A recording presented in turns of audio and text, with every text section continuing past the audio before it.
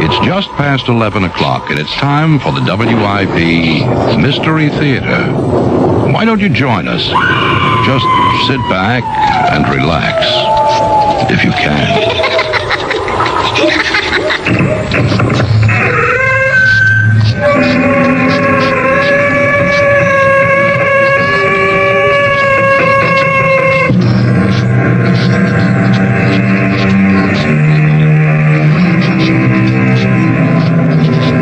Come in. Welcome. I am Tammy Grimes. Justice has been defined in many ways by philosophers, scholars, and lawyers. Caesar put it one way, Seneca another, Sophocles had his words, Mark Twain and Tom Jefferson had theirs, and Shakespeare's Portia, to whom I admit a keen kinship, asked that justice be always tempered with mercy. Such was not always the case concerning those Anton Chekhov described in his stories, particularly in the Mystery Theater's tale of today. It is wrong for me to love you, Natasha. You are married, I am not. I should not have allowed our friendship to go this far. And if I were not married? But you are. And your husband is in exile here in Siberia. Could you love me if I had no husband? If I were a widow? How could that be? Unless he were to die. Perhaps that could be arranged.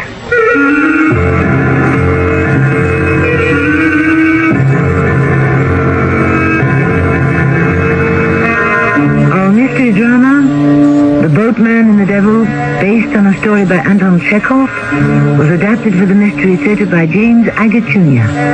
It stars Alexander Scorby. I shall return shortly with Act One. Make life a little less irritating for someone on your Christmas list by getting a Remington electric shaver from True Value Hardware Stores. Hi, Pat Summerall to suggest you save your favorite lady from the irritating nicks and cuts of a razor by giving her a Lady Remington shaver.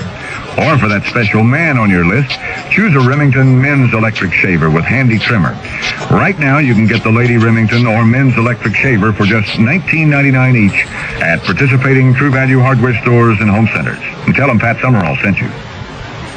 Well, when you cover your mouth with your hand every time you laugh, you just aren't showing much confidence in how your teeth look. I mean, mine were all tobacco stained until I got Topol. Topol Smoker's Tooth Polish is a combination of polishing agents and a rich foaming cleanser, especially formulated to help remove ugly yellow tobacco stains. Yet laboratory research has proven Topol cleans gently enough to be used every day instead of regular toothpaste. Topol made my teeth cleaner and brighter. Topol Smoker's Tooth Polish, fluoride or mint. Edna? Do you have the key? Oh, never mind. We forgot to lock the door. I'll hang up the coats, Melvin. Good girl. Oop. Melvin. Take a look in the closet. Edna, Yes, Melvin. there's a dog in the closet. Hiya. Don't worry, it's me, McGruff, the crime dog. He talks? Of course. How else could I tell you not to leave your door unlocked? Oh, you're McGruff, the crime dog. Edna, you're talking to a dog. I'll say it again. Lock your windows and doors. Use a timer to turn lights on and off. Oh. And tell your neighbors to keep an eye on your house. Good idea. By the way, you got a neighborhood watch program? Neighborhood watch? What's that? That's where you and your neighbors learn how to protect each other and your neighborhood. But find out more. Write to McGruff, Box 6600, Rockville, Maryland, and help take a bite out of crime. Edna, lock the door. Gotcha.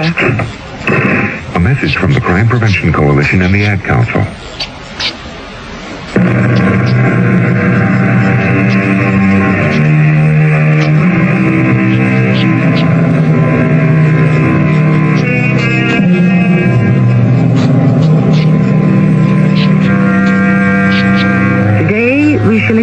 Exile.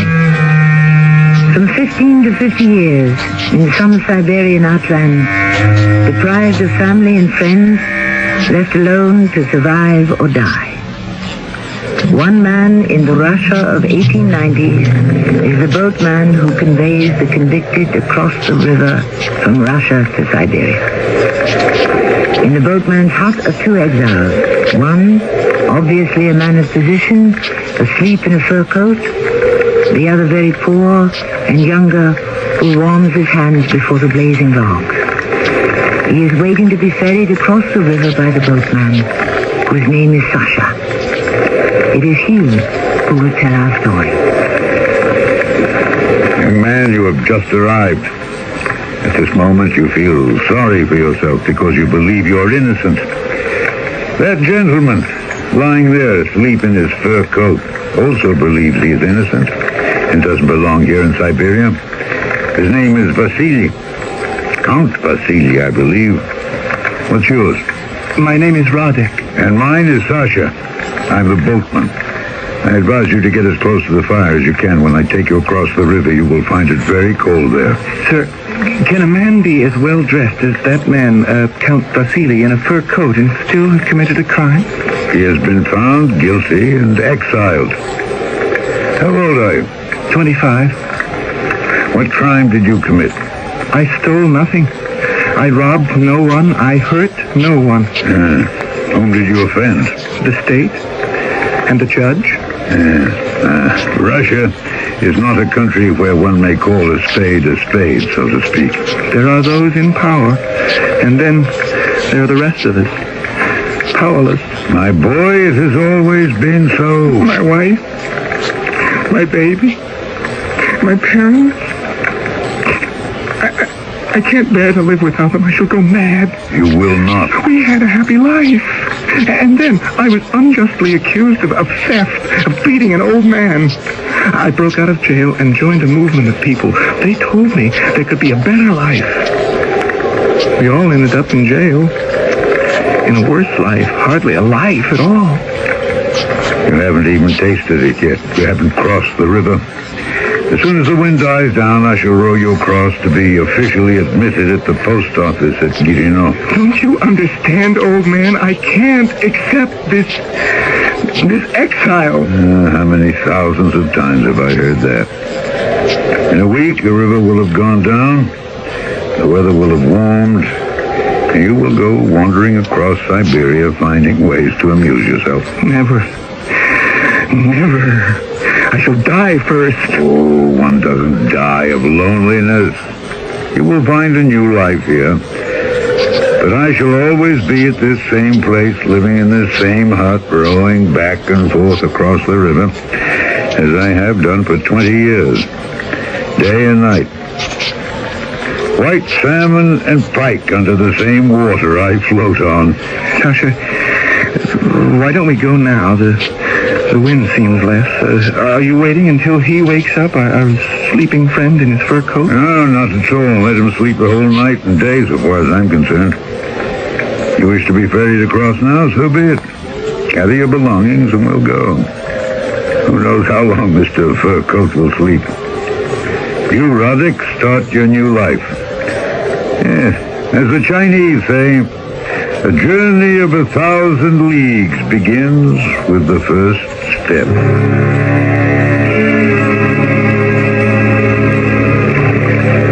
How can you see in the dark? Experience. That enables everyone to see in the dark. Sir, is it true that once I've made a life for myself here and found work and some way to live, I'll be permitted to have my family? My father is very ill now. My mother and wife promised if he should die, they'll come here if it's permitted. What's the use of having a mother and wife here? It's all foolishness, brother. The devil is tormenting you. The devil? Row harder. There's a treacherous undertow. Yes, I mean it. The devil. Don't listen to him. Don't surrender to him. He whispers in your ear about women. Say to him, I don't want them. There's no life here in Siberia for a woman. The accursed devil talks about freedom. Say to him straight off, I don't want it. I don't understand. Not want freedom. I'm a young man. And a foolish one. I'm telling you the only way to exist as an outcast in Siberia is to want nothing. Torment yourself over nothing. Not father, no mother, no sweetheart, no wife, no children, house or home. I speak that loudly to the devil every day. I don't want anything. Curse your soul.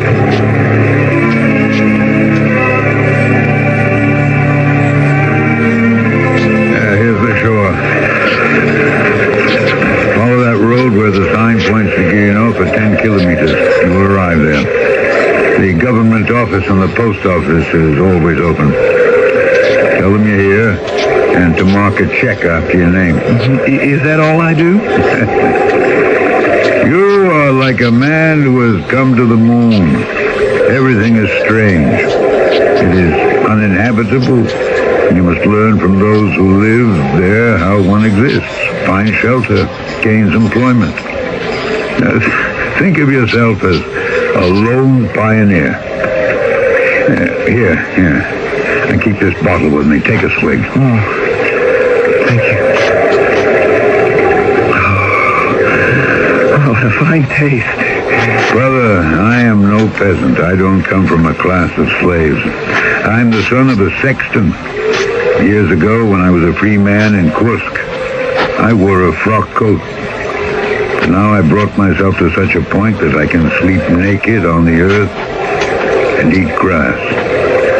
It is wanting nothing that enables one to survive in Siberia. From the very first day they sent me here, would you believe it, I don't even remember my crime. From that day, I wanted nothing. You had no family? You left no one behind? As many as you and more. Radek, don't complain. Don't envy. Find some joy in every day. Accept your lot. That is the secret. Take, for instance, that Vasily. Who? Oh, Count Vasily likes to call himself wealthy, well-educated. The man we left snoring in front of my fire in his fur coat. He will not find peace either until he accepts completely the life he has to live. I'm going back across the river now, and I shall tell him that for the umpteenth time. But do you think he'll take my advice? I doubt it.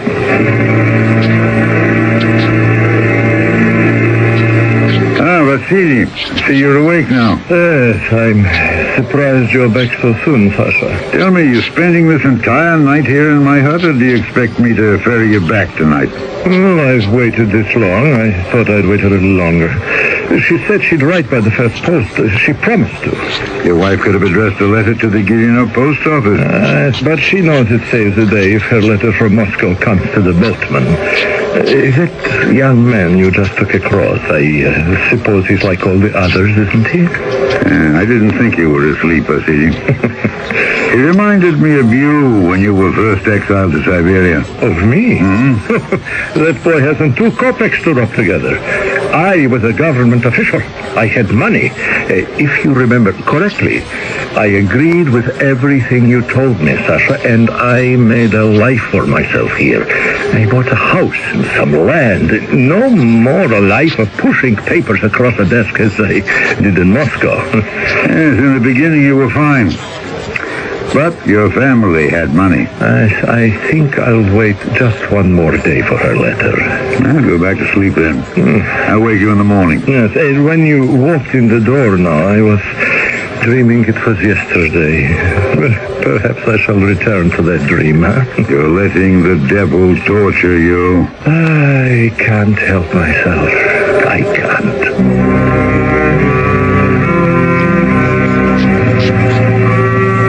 Dreams of the past. It was almost as if I was dreaming by his side. I knew Vasily's dreams so well. I warned him that to want money is only the beginning. His family had it, and so they could send it. Every month he would cross the river with me for a whole year. Every month. Always the same words. Sasha, it's a long time since they sent me any money from home. You don't need money, Vasily. What good is it? Throw all the past away. Forget it as though it never happened. Don't listen to the devil. He'll never bring you any good. He'll only tighten the noose. Oh, it's to want to live well in a place the Almighty has forsaken. Is that dealing with the devil? You are a prisoner, a convict. You have been convicted of a crime. One doesn't live well as a criminal. No, you want money. Every month you wait for your family to send more. My crime was not that great. I forged my father's will so I wouldn't have to share with my brothers. And those same brothers you tried to cheat are now sending you money. Yes, I needed to live. I cannot live without money. To live, a man needs only to be content and happy. And if you wish to be content in Siberia, you must learn not to want anything. You have to despise fate. Laugh in his face. Then fate will begin laughing at himself. It was like talking to the wind. Vasily would hear none of it. He would have money. He would have his wife and daughter. He would turn his Siberia into a heaven on earth. For 2 years this went on. For 2 years I ferried him to the Russian side of the river. And one day that man, that Vasily Sergeyevich, met me with laughter. Oh, Sasha, it happened. It happened. Think of it, Sasha. She is coming. She is. I am going to Guiano tomorrow. Would you believe it? To meet my wife. Oh, my Natasha. She has taken pity on me. She's come to live with me. Oh. She has forsaken the gay life of Moscow to live here in Siberia, bad winters and all, and to be with me. She misses me. What do you think of that, Sasha?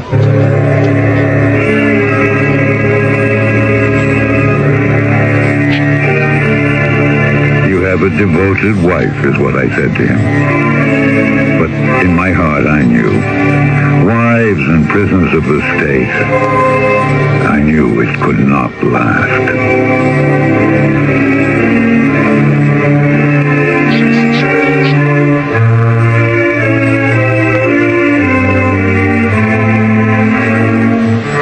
Many have written about the Gulag, the outcasts of Russian society condemned to mark time until their sentence has been served, or they have not survived and died in their cages. But no one has illuminated it in the same fashion as Chekhov. What it takes to become used to this moonscape from which there is no escape. Our boatman will tell us more when I return shortly with Act 2. I bought this gadget by mail. The ad said it would save me a lot of gas. It did. Since I put it in, my car won't start. They said I could make money stuffing envelopes at home. I'd like to give those envelope guys a licking. If you shop by mail and don't get what you were promised, it could be mail fraud, and there are many different kinds, from products that don't work to worthless work-at-home schemes. If you're a victim or even suspect mail fraud, call your postal inspector. It's his job to keep the mail a nice way to shop. The ad said I could lose 20 pounds a week painlessly. What I lost was $20, and that hurt a lot. They said there were hundreds of dollars to be made working at home. They were right. I worked at home, and they made hundreds of dollars. Remember, most of the time when you shop by mail, you do get what you were promised. But if you suspect mail fraud, call your local post office and ask for your postal inspector or postmaster. Don't take getting taken. A public service announcement by this station and your postal service. Mommy, I cut my hair. Oh, no. What did I do? Oh, Mommy, I'm bleeding. Can you stop the bleeding? Can you clean the wound properly? What if he stops breathing? What if his heart stops too? How do you handle an emergency at home? Many of us panic when prompt action may be needed to save a life. If you'd like to learn what to do and how to do it before you're faced with an emergency, contact Red Cross. We'll help you learn how to prevent accidents. We'll teach you first aid, Red Cross CPR, family health and home care. Countless lives have been saved through safety and health care skills learned through Red Cross courses. And because of these skills, millions of Americans live safer, happier, healthier lives. Learn how to take better care of yourself and your family. Call Red Cross. We'll help. Will you?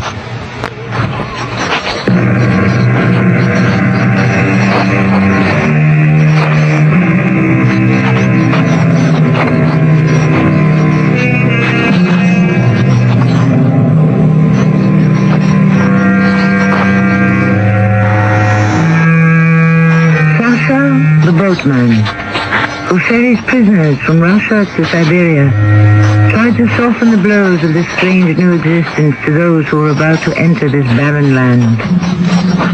Sometimes he would talk to the new convicts in his hut before the fire. Sometimes during the long road to that land of the abandoned and forgotten. One prisoner, Vasily Sergeyevich, having served 2 years of his sentence for forgery, has persuaded his young wife and daughter to come live with him in Siberia. Sasha picks up the story. The next day, Vasily arrived with his wife, a pretty young lady with a little girl in her arms, and lots of luggage, hat boxes and boxes of shoes. Vasily Sergeyevich was spinning about her like a top. Natasha, this is my old friend, Sasha. She has made life bearable for me here. Sasha is the boatman, our only link with civilization. Sasha, this is my wife. This delightful, beautiful creature. Now, how often have I spoken of her, huh? Yes, madam, he has often and glowingly. And deservedly, too. What? Imagine leaving the comforts of home and friends to spend goodness knows how much time in Siberia with her loving husband. But I shall make a home for her, the likes of which even Moscow cannot begin to equal. Sasha, huh? Certainly, if anyone can transform this wilderness, it will be your husband, madam. Oh, and my little one, whom I haven't seen since she was a babe in arms.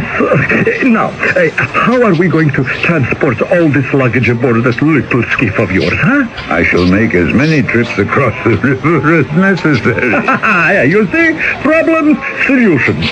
Didn't I write to you, Natasha? Nothing but the best people here. People with heart, with love. Oh, you will enjoy yourself, I promise. Now, come. Let us all get aboard Sasha's ferry and make the first trip. He was breathless with joy. I thought, all right, be happy today, Vasily. You won't always be showing such a happy face to the world.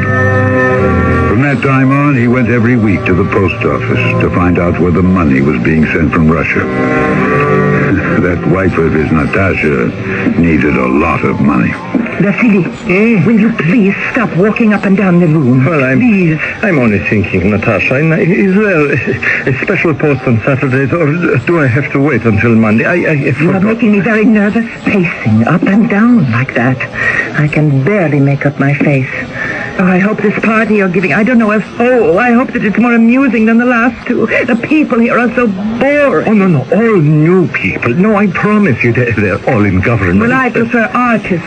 Oh, my darling, we are meeting the best people, and they're all charmed by you. I am not charmed by them. The people here have no manners. Haven't you noticed? And you, too. You have become somewhat crude and boring like the rest of them. How I long to meet just one gentleman, just one. I ask no more. Oh, I have become crude and boring. Yes, just like them. Oh, Vasily, you don't even realize it. But Siberia... I know. For others, it is a prison. But you assured me in your letters that for us it would not be. And we are paying for your indiscretion, Vasily. It's not fair.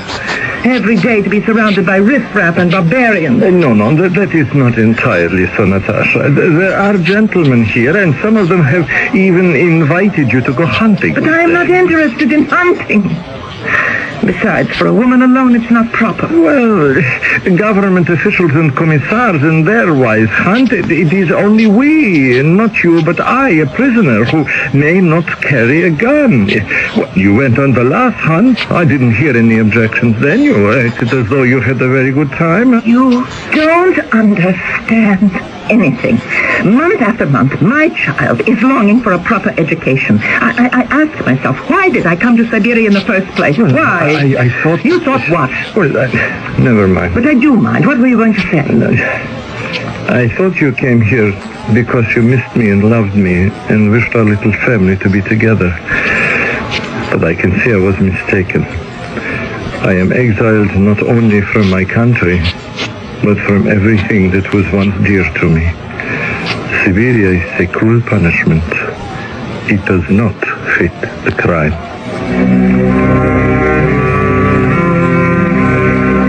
How long could could a spoiled wife of a once wealthy man exiled to Siberia stand it here? Not very long. How could she? Clay soil on which nothing grows, cold water, cold weather, no vegetables, no fruit, and surrounded by ignorant people.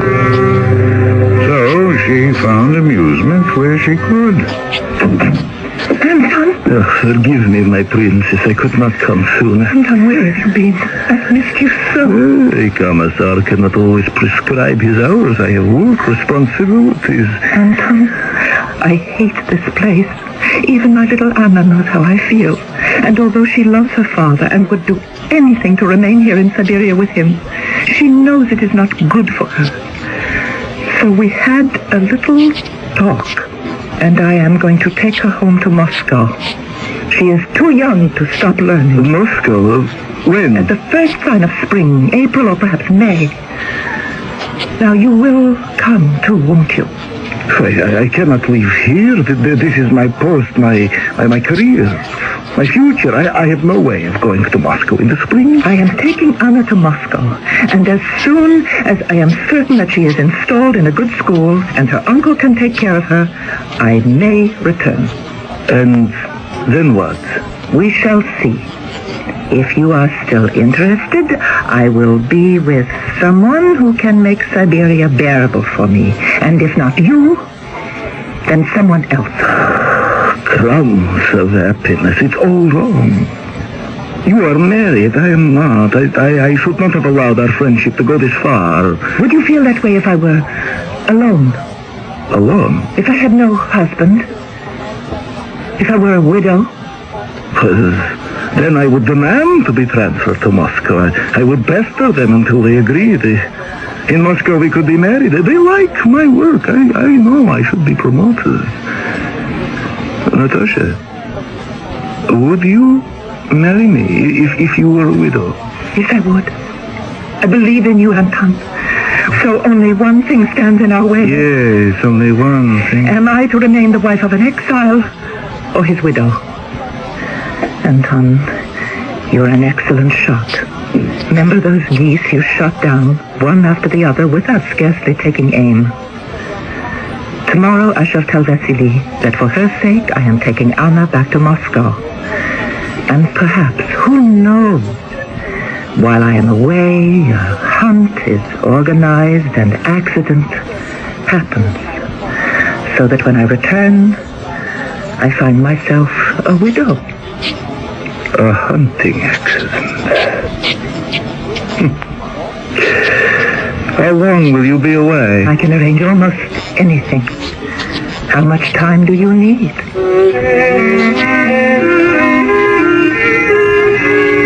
And did it happen exactly as it was planned? No, not exactly. Do you remember the young Radek I took across the river some years ago? Well, he had become quite desperate. He saw no way of living out his sentence and never seeing his wife again. He came to me and told me of his plan. To run away. As simple as that. And you think they won't find you? Well, I shall run quickly. You have clothes enough? Only what is on my back. Food enough? At night, if I'm near a farmhouse, I can steal food. How did this change of mind come about? Sasha, I can make no money. I can get no money. I have no place to which to bring my wife. Not many have. Vasily Sergeyevich has. Well, He could bring his wife and daughter to this frozen hell. For 3 years, they've been here with him. 3 whole years. I would give anything for my wife to visit me for just 1 day. 1 day only. And then she could go home. 1 visit would last me a whole year. Sasha, I have decided to suffer no longer. What if they catch you? And they will catch you. Your clothes are ragged. You have no papers. Every citizen has papers. How many years was your sentence? 10. I cannot live for another 7. A young, strong man like you? Long ago, I stopped counting the days. I've begun to think of death. You are 25. I'm 28 now. I was 25 when I first came here. I'm still twice your age. It is not Siberia that is making you ill.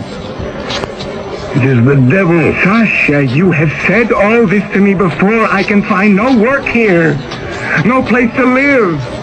I was born a peasant, but I educated myself. I learned to read books. Then death is not for you.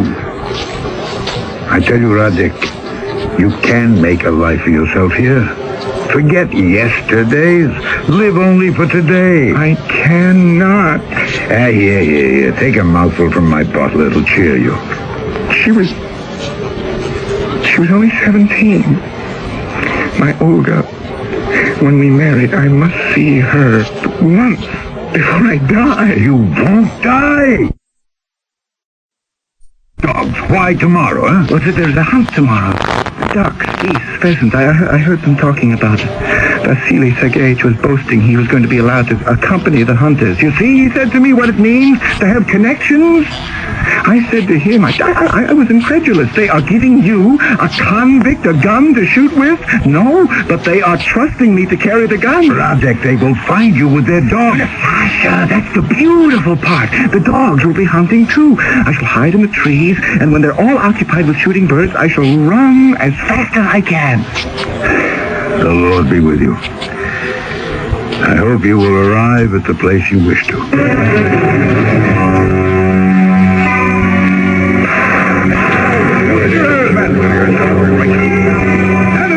Poor Radek. He never left the forest alive.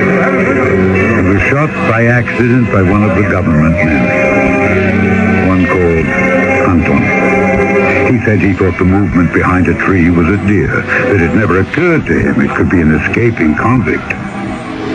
Anton, you're back? I had no idea you would return to Moscow so soon. I didn't go. Anna became ill. Is that the man you shot they're burying? It was an accident. The wrong accident. Vasily told me all about it. He was standing quite near when you shot the wrong man. They shouldn't have even dreamed of doing it. This innocent boy is dead now. They said he was escaping. Did you shoot the wrong man on purpose? I don't know what I did. It was all so sudden. It was wicked to even plan such a thing. How could we have lived together with your husband's death on our conscience? That boy died so that Vasily could live. We must never forget that. Now, let us bow our heads as they lower the coffin into the grave.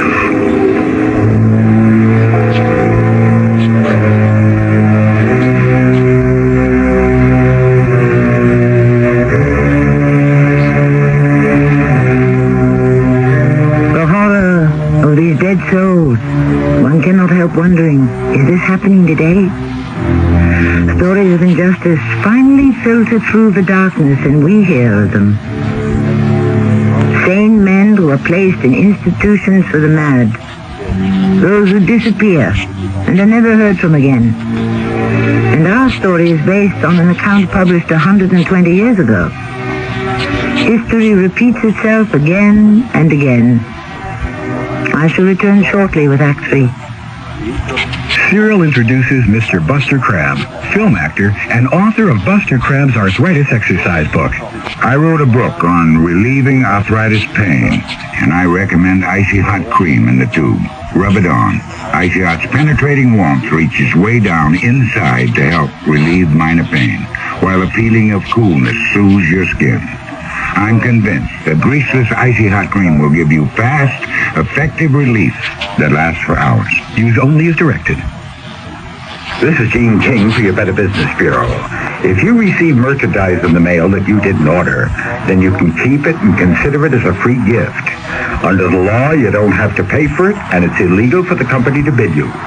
Only clearly marked free samples and merchandise mailed by charitable groups asking for a contribution can be mailed to you in the first place without your prior consent. And even in these cases, you can consider the merchandise as a gift. A tip from your Better Business Bureau. The following is presented by the National Urban League. You know, Alan, when you walked in here and said, I want to be a salesman, I wouldn't have bet a plug nickel you could make it. Sales takes hard work and tenacity and guts. Well, I just didn't think a black man could measure up. Too often in today's society, people are judged solely by the color of their skin rather than by what they can do. But when people are given a chance to make something of themselves, there's no limit to what they can do. And now here you are, our newest district manager. What do you say to that? All I ever needed was a chance. Everybody deserves a chance to make it on their own, regardless of race, creed, color, or sex. The Urban League is dedicated to achieving that, and you can help by opening your heart and your mind and giving someone that chance. To find out exactly what you can do, write National Urban League, 500 East 62nd Street, New York, New York, 10021. A public service message of this station, the Urban League, and the Advertising Council.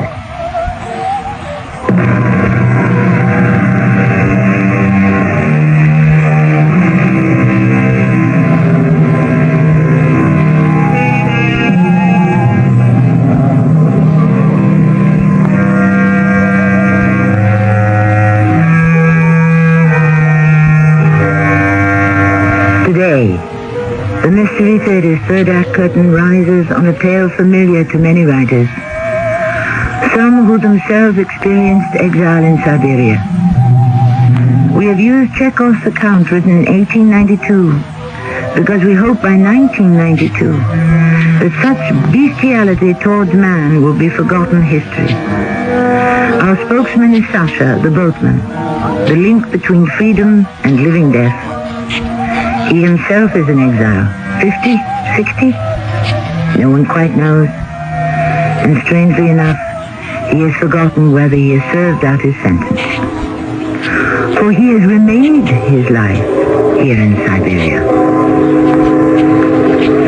I stand in a corner of the yard where the dead are placed. It is so cold they cannot dig very deep.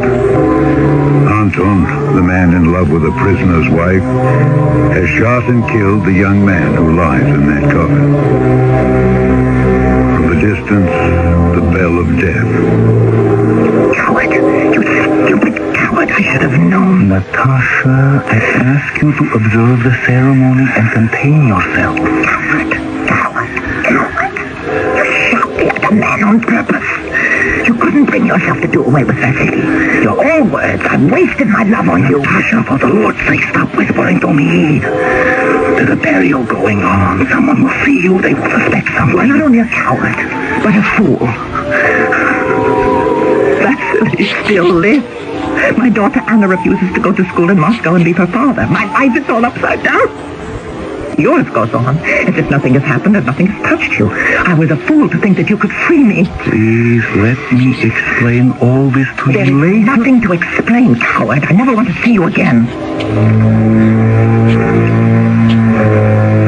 I thought of Radek, the poor boy, who meant no harm to anyone, who was caught in a chain of circumstances and now would never see his Olga or his mother or his cherished province of Siberia.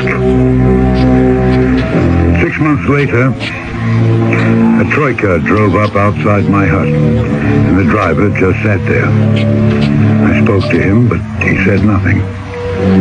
Someone had hired him, and he was waiting. And then there was some shouting from the other bank. You! Raymond! Boatman! We wish to get across! Well, I brought them across. It was Anton. Even though it was dark, I recognized him with his tortoiseshell glasses. There was a lady with him all bundled up, but I recognized her, too. They had some luggage, not much. They got into the troika, and that was the last I ever saw of them.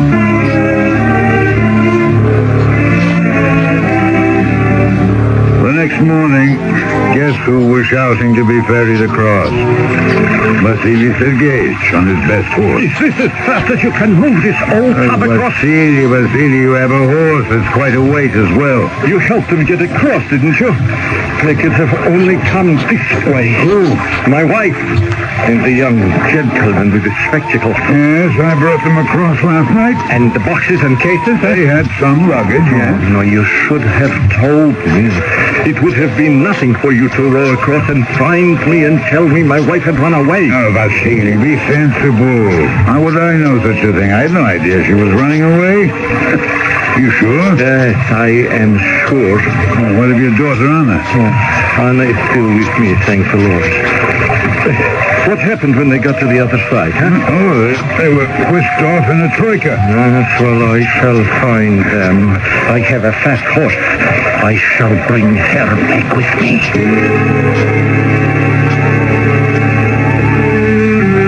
5 days and nights he chased after his wife. Of course, he didn't find her. I won't rest. I won't. I will have her back. I will have my freedom. I must.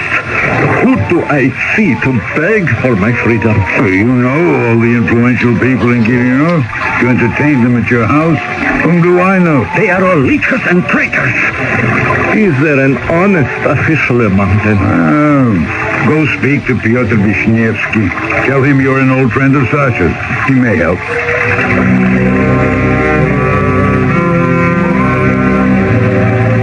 Summers and winters passed. Don't ask me how many. Time expands and compresses in this wilderness.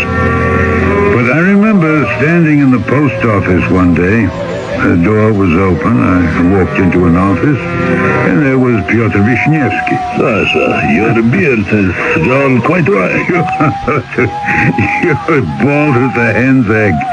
Good to see you after all this time. You're still in the customs office, huh? Oh, they have made me the chief. Congratulations. Sasha, surely you must have served your sentence by this time. Yes, I probably have, but where would I go? Most of my life has been lived here. What would I go back to? I can hardly remember what I did before I became the boatman. You know that man you sent me 8 years ago, that's Vasily Sergeyevich? Oh, Vasily, yes. I haven't seen him and I don't know how long. He never comes across the river. He has sold his land, mortgaged his house. Today, if you saw him, Sasha, you would not recognize the man. No. He wouldn't listen to me. He let the devil get the best of him. If it were not for his daughter, he would have died already of heartbreak. I'm sure of this. I should go see him. Where does he live? The last address I had for him was over in the public stables where the authorities keep their horses. I had pity on him and his daughter and made an apartment up there for him. Go see him. His daughter Anna has grown to be quite a beautiful girl. You see them everywhere together. Well, perhaps on Sunday when I have half a day off.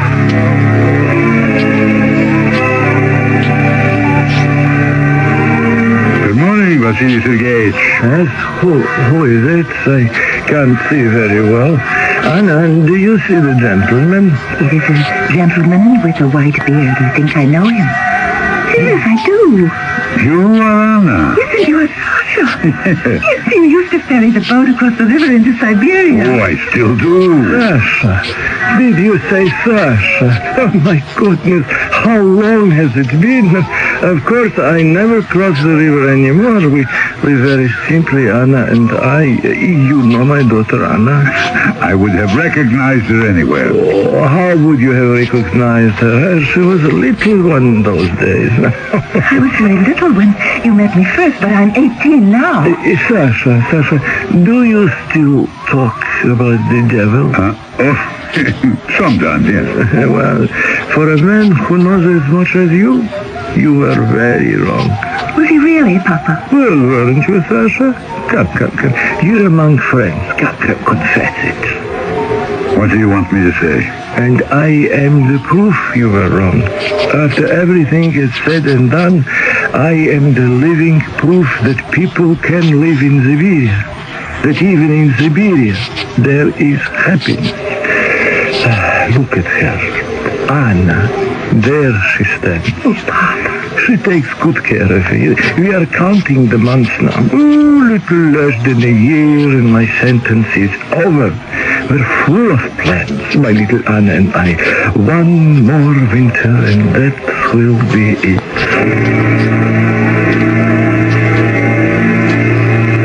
Pyotr, I saw him. I saw them both. Vasily and Anna? Yes, he speaks of life after Siberia. He's older than I, and she's 18. What happiness can she have with her father now? He loves her and finds consolation with her. Well, like any father who regains his lost youth through his daughter. What she wants is caresses and laughter and perfumes, isn't it, so Piotr? A normal girl. It won't last. It cannot last. It won't even begin. I didn't realize how prophetic my words could be. I didn't see them then for months at a time. The frost was beginning, the signal of a very hard winter. The ice forming on the river. What happened, Vasily? What do you mean? Oh, here it is, winter already. It was last spring, remember? Saw you and Anna outside the church. She was so happy and dancing about. Reminded me so of her mother. Well, the whole summer has passed. You said you'd pay me a visit. Things have not gone as well as I'd hoped. I have been troubled. We have both been troubled. Yeah, I could have told you. You know nothing. No, let us not quarrel. I've heard of your sorrow. I don't wish to add to it. You said you could have told me. What did you mean? I could not have foreseen everything, but some things, yes. Sasha, are you saying to me what happened was because of the life here in Siberia? Did you know I came to your door often and knocked, and no one would open the door? I ran everywhere to find doctors. I could have been out when you knocked. Well, my friend Piotr told me. He said Anna withered and wasted away until she was too weak to stand on her feet. It happened almost overnight. I spent a fortune on doctors. They all shook their heads. They could do nothing. Yeah, consumption, I know. That's your Siberian happiness for you. No fruits, no vegetables, no sunshine, no life. You kept her in prison with you as you tried to keep her mother. That must be it, the load I'm supposed to row back to the other side. Four men carrying it. Yes, Anna's coffin. I will ride across with you. Oh, forgive me, I had no idea. They told me there would be a load to carry across the river. I had no idea it was her. What will you do, Vasily? I'm taking Anna to Moscow. And then? Nothing. My life is over. Vasily, we're both the same age. Come back. Be a boatman with me. It's a healthy outdoor life. We could live to be 100. I have a cousin in the Urals who is 125. Come back. You could help those who are making this passage for the first time. We will share life, you and I. We will not let the devil rule us. We will rule him. Let me think about it, Sasha. You may be right, but I may not have the strength to return.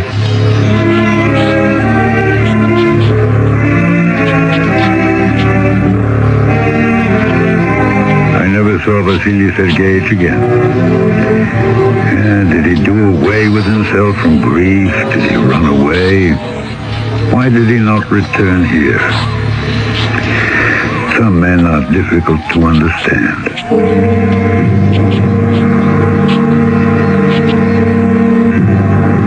Today, when I introduced our production of The Boatman and the Devil, I pondered a little bit upon justice and judgment. I wondered then, and I still do, whether justice, a man-made law of order, can ever exist in a form acceptable to everyone. Putting it in our terms, is it because, as someone has said, no one understands the policeman because no one understands the Bill of Rights? I shall return shortly. This is Jason Robards for the National Council on Alcoholism. I'm Jason Robards, and I'm alcoholic. There was a whole world out there that applauded me as a success. So how could I be alcoholic? I thought only losers became alcoholics. Then I found out Alcoholism is a disease. And my wife convinced me that drinking for me was like committing suicide. I got the facts and got into a program to stop drinking, and I don't drink anymore. Now, I really know what success is all about. Not just with my career, but with my wife, my children, and my life. Get help like Jason Robards got. If you or someone you love has a drinking problem, call the National Council on Alcoholism in your area. I'm living proof you don't have to die for a drink. A public service message in cooperation with the Advertising Council.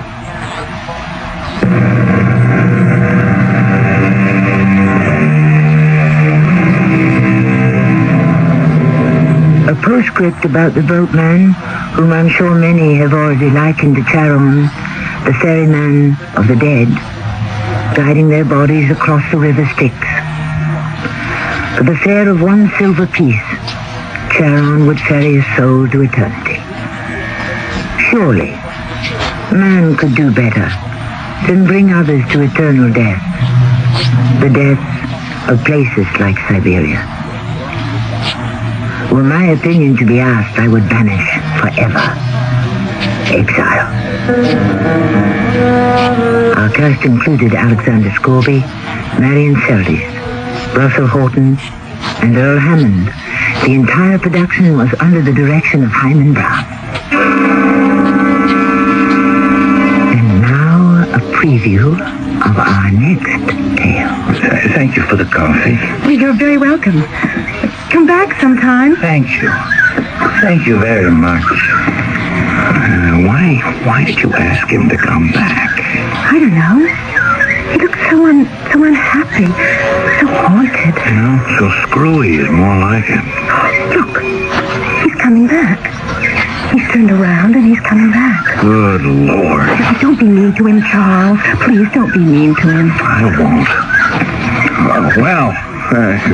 Forget something? Please. Don't make me leave. Don't make me go away. I have to stay here. It's important. Believe me, it's very, very important that I should stay here. This is Sammy Grimes, inviting you to return to our Mystery Theater for another adventure in the macabre. Until next time, pleasant dreams.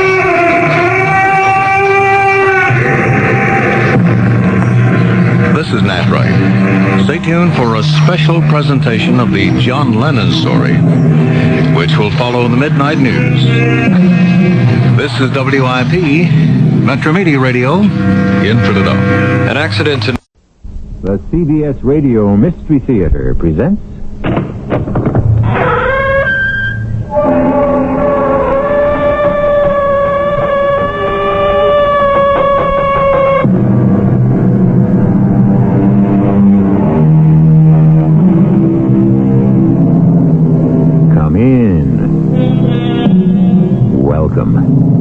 I'm E.G. Marshall.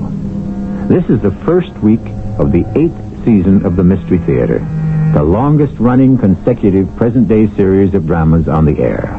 To celebrate the new season, we bring you The Legend of Alexander, a man who believed in oracles, thunderbolts, and many gods, yet defied the world of man. A born military genius who at 20 swept over east and west, and whose innovative war-making 300 years before Christ equaled anything seen since. The mystery of this man of the future who lived in the past is a paradox we hope to unriddle.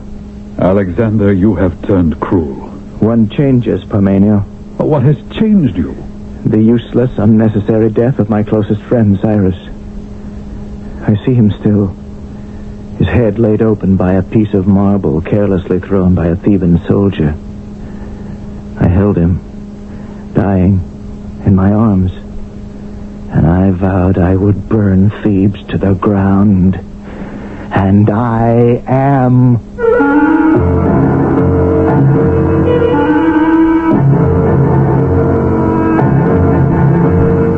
Our mystery drama, The Legend of Alexander, Part 4, The Oracle, was written especially for the Mystery Theater by Gerald Keane and stars Russell Horton.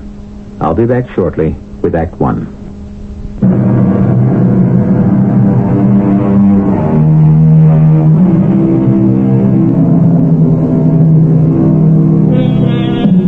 Alexander was a modern young man who could have been a success in any country. He lived before his time. Like all youth through the ages, he was impetuous, yet never foolhardy. He was wise enough to ensure the odds were with him, which in those days meant checking in with the Oracle of Delphi. That was the smartest thing you could do. Of course I'll go with you, Alexander. In all my years, you know that I have never been to Delphi or consulted the Oracle? Cyrus, I find that hard to believe. Before you went into the cavalry, when you were a boy, didn't your father take you there? Never. My father consulted the Oracle before every battle, and I'm going to do the same. You're very serious about this, aren't you? It's my religion. Apollo's Oracle is my only contact with the gods. So, you're not going to undertake this mighty war against Persia without Apollo's advice? Oh, it's more than that, Cyrus. I want not only his advice, I want the gods to be on my side. So, you've never been there. It's imperative and frightening. Well, I hope I won't say or do the wrong thing to spoil it for you. Don't you worry about that. You'll be lucky if you can say anything. It's so incredible and shocking to us ordinary mortals. I'm not even sure how I'll take it. Well, I don't think that even Apollo would call you an ordinary mortal, Alexander. Perhaps not. If you count up all those who fought with us and against us in the past year, who are now dead and I'm still alive, perhaps I'm not that ordinary. But since my mortality is something the gods have given me and can take away, I'm asking the Oracle what the future holds. Will I live or die when I invade Persia?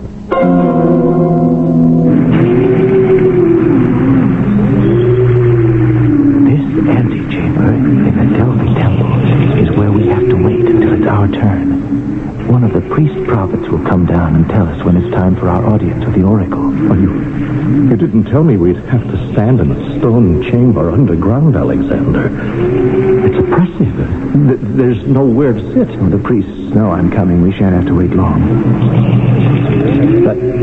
That noise I hear from somewhere above us. What in the name of Zeus is it? That is the Pythia, the high priestess. It is she who communicates with Apollo. A priestess? But if Apollo is to give you advice on when and how to proceed with the invasion of Persia, how are you going to understand what the Oracle is saying? Cyrus, it's all been worked out. Has been for centuries. The priestess is a holy woman who lives in Delphi. A temple priest translates it all. Oh, Cyrus, you do have your offerings of gold, don't you? Oh, yes. All three of them. I tied them under my cape so I wouldn't lose them. Give me one sackful now. Yes. I'll go up these stairs and give the priest my offering. Now, you remain here. Find out how much longer we have to wait our turn. Without windows, it's like being in a tomb down here. So, it's in this chamber where you talk to the Oracle. It's a lot less stuffy than down where we were. I mean, is it all right to talk? I mean, whisper? Or... Oh, yes. The priest told me there was just one petitioner ahead of us, and we can watch from back here. That man who just came in and walked down to the front of the altar, is he? Oh, yes, probably some poor soul who's come for guidance like we have. And in front of the altar, that round platform of marble on 3 gold feet, what is that for? That is where Pythia, the priestess, will sit. How extraordinary. On that? Where is she? Well, she may be in back of that gold screen.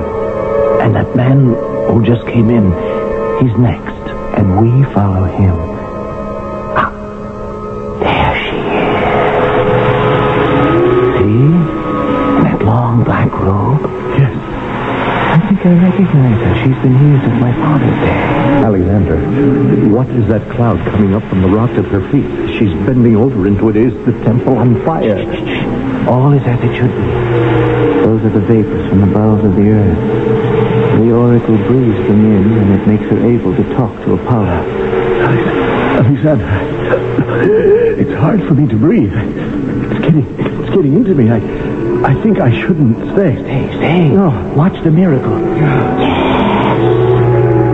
She started the revelations of Apollo. What is it, Cyrus? Where are you going? What's the matter? No.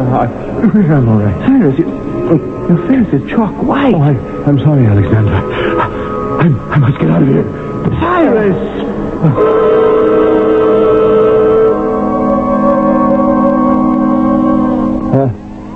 Where am I, Alexander?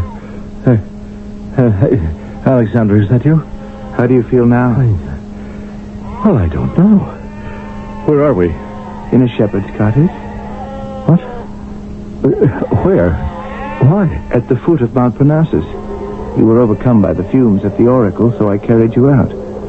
This was the first place I could find. The shepherd was kind enough to take us in. Does he know who you are? King Alexander? There was no reason to tell him. He's gone off to round up the rest of his sheep. Do you mean to say that you fainted dead away? Well, I never passed out in my life, and I've spent months in the desert. Did you get your advice from the oracle? No, I left in a hurry carrying you. Well, I just can't forgive myself to collapse like some frail woman. Well, I'm perfectly all right now.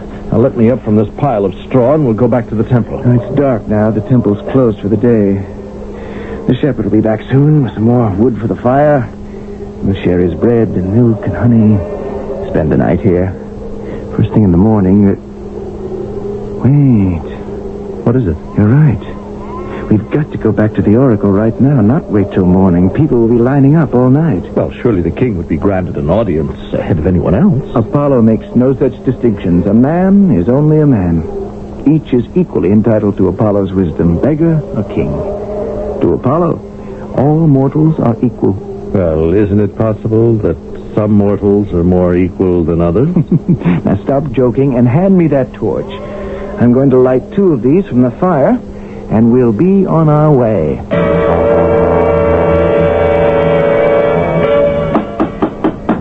No, away. The Delphic oracle is closed. I know that.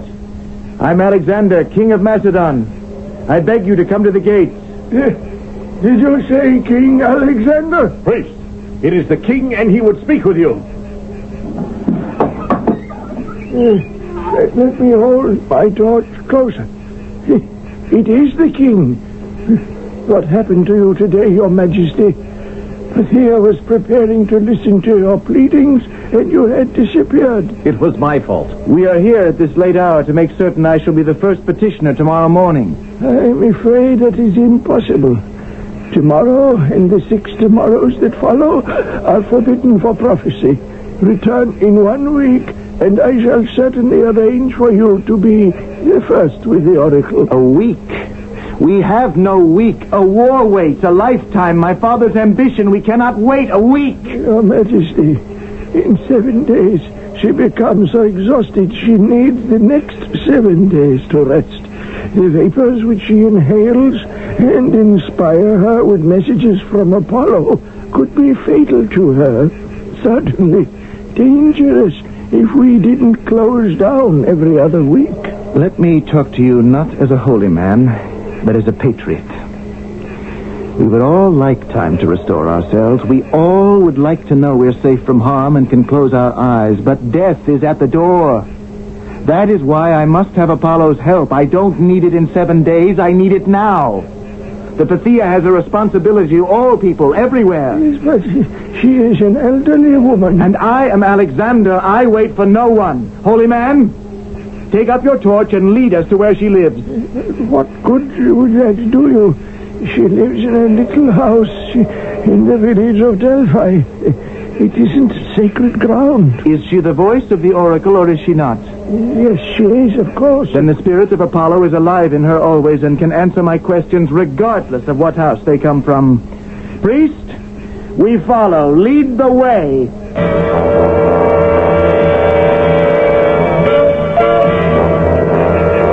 This is the house. But if she sees out of the night 3 men appearing with torches, she may be too frightened to speak. I've been watching you 3 men standing in front of my door talking. Holy man, is that you? Monsieur, I must apologize. What are all of you doing here at this hour? I could do nothing to prevent it. What do they want? Pythia, I'm King Alexander. Of Macedonia. I know. And you, beside him, Osiris, chief of Alexander's cavalry. You have come for Apollo's opinion of some matter, but I cannot help you here. I am very tired. So please go away and arrange with the priest for an audience at a proper place and time. Good Pythia, may we come inside your charming dwelling? No, you may not. It is a hovel unfit for a king. Pythia, you belittle yourself. You're famous throughout the lands. Must a king and country wait while a beautiful woman rests to make herself even more beautiful? While a strong and vital woman... Alexander, you are too much like your father. You don't resemble him, but you have a certain way with you, as did he. Beauty has a way with me. At my age, I appreciate the compliment. But you are wasting your royal breath. Good night. Good night. I'm not giving anybody a private audience, and I am not leaving this house to do it. I don't wish you to leave your gracious house. Oh, come along with you, gracious house. Even your father wouldn't have exaggerated like that. He wouldn't have? It's too much, Alexander. I love flattery, but not when it's ridiculous. This tumble-down shack should have been torn down and repaired years ago. It's drafty, it leaks when it rains. Cyrus, another sack of gold. Give it to this deserving lady so she can have her house fixed up immediately. Now, my dear lady, now that you're assured of constant concern for your well-being, don't you think you might be persuaded to ask Apollo one little question for me? Have pity, dear Pythia, on this poor king whose fate hangs upon your answer. Your fate? You really mean that? May the gods strike me dead if I do not. Oh, for heaven's sake, no. Not here. Plutarch observed that from this time forward, Alexander the Great never embarked upon a single campaign without consulting Apollo at Delphi. However, you and I must await my return with Act 2 before we find out what the oracle prophesied.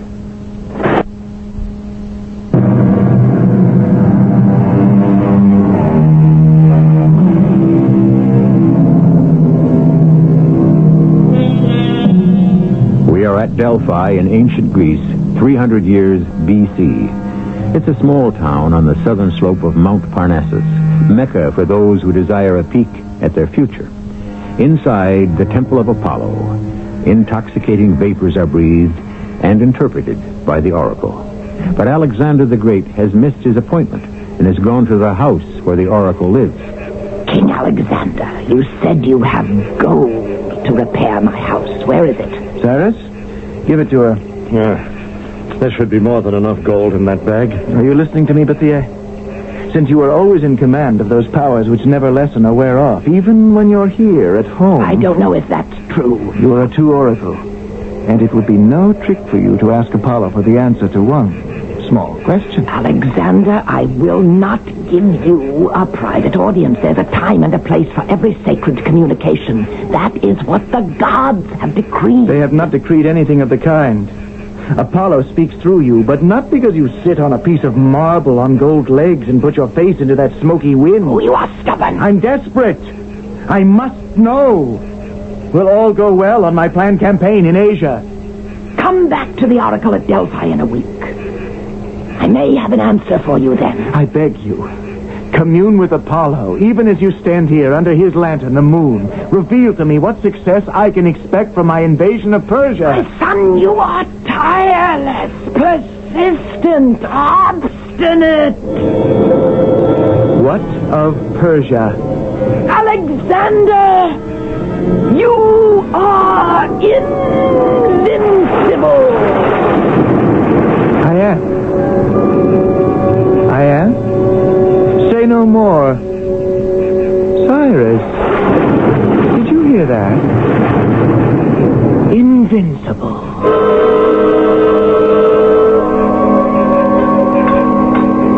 Alexander, does Theban soldiers up there on the walls. What are they up to? They've been warned. We were on our way. Yes, but what are they doing? Building a higher wall around Thebes? Sounds more like they're breaking something. It's coming from up there over the front gates. Except for that hammering, the entire city is silent and locked up tight for the night. Surely the Thebans don't think 30-foot walls are going to keep out a modern army. Not ours. But then Thebes' big trouble was always not thinking ahead. Yeah, it's like announcing to the world they were breaking their treaty with us. To let Demosthenes of Athens influence them to tell us to go to Hades. Why didn't we advance on Athens first? They always made trouble. Thebes is easier to capture. When that's done, you'll see how quickly Athens will knuckle under. How are the men? Well, I can only speak for the cavalry. They can hardly wait for you to give the horn signal at dawn. I hope this is the last petty annoyance I'll have. They're very angry that they broke the treaty, aren't you? Only because it delays our expedition against Persia. I can hardly wait for that. You heard what the oracle said? My son, you are invincible. Cyrus, let's walk up to the walls. The moon's out now. I'd like to get closer, see what they're doing up there. Alexander? Look, I can see two men up there on the parapet. I think they're building something. No, they're smashing some flat stone, I think. They just broke off a corner. Well, they see us. You down there! Are you Macedonian? What if we are? We'd like a word with King Alexander. We heard he and his army are spending the night outside our gates. Yes, well, what do you wish to tell him? We have a gift for him to welcome him to Thebes. Stand away, we'll throw it down. We have a few more gifts like that just as soon as we make them. Do you see what they threw down? Yes, it's the corner of a marble slab with some writing carved on it. Here are a few more gifts from Thebes to the great Alexander. Careful, Cyrus. That last one came awfully close. That's the lot. Small as we could make them. A lot of good reading there. Alexander. Come, here. Have a look at these pieces. I don't have to. I know what they are. Didn't last long, did it? They must have known all along asking for a truce was just to gain time. I was never convinced about their sincerity. Why bother exchanging treaties chiseled into marble and then to break it up in such an offensive manner, tossing it out of the city piece by piece? Why, it's an insult. We'll repay them. Such an effort shouldn't go unrewarded. You up there, soldier, tell your commander-in-chief at dawn Alexander's great army will enter your city to teach Thebes a lesson. That we do not accept the breaking of a treaty to which we have affixed our seal. Be prepared for an invasion. Invade away, Macedonians. Here's one piece of your treaty we forgot to send down to you. Here it comes. Catch it if you care to. Cyrus! Alexander! Cyrus!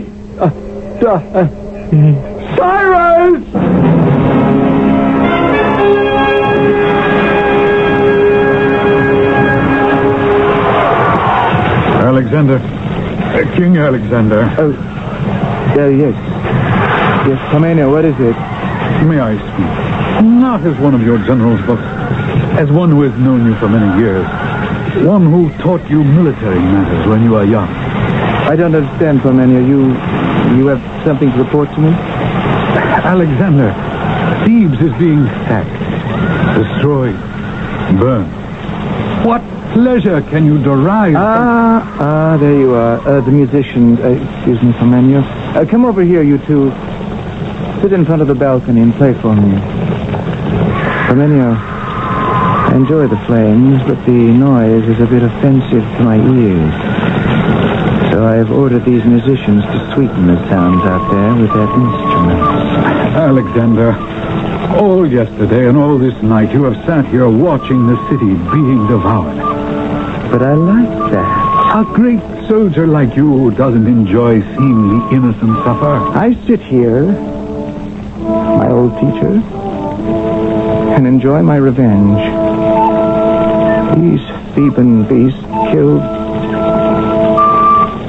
Cyrus, the man who saved saved my life 100 times, whose friendship I esteemed above that of my own father. They cut him down in the flush of his life. And in return, I am obliterating their cruel city from the earth. The death of Cyrus has changed you? Yes.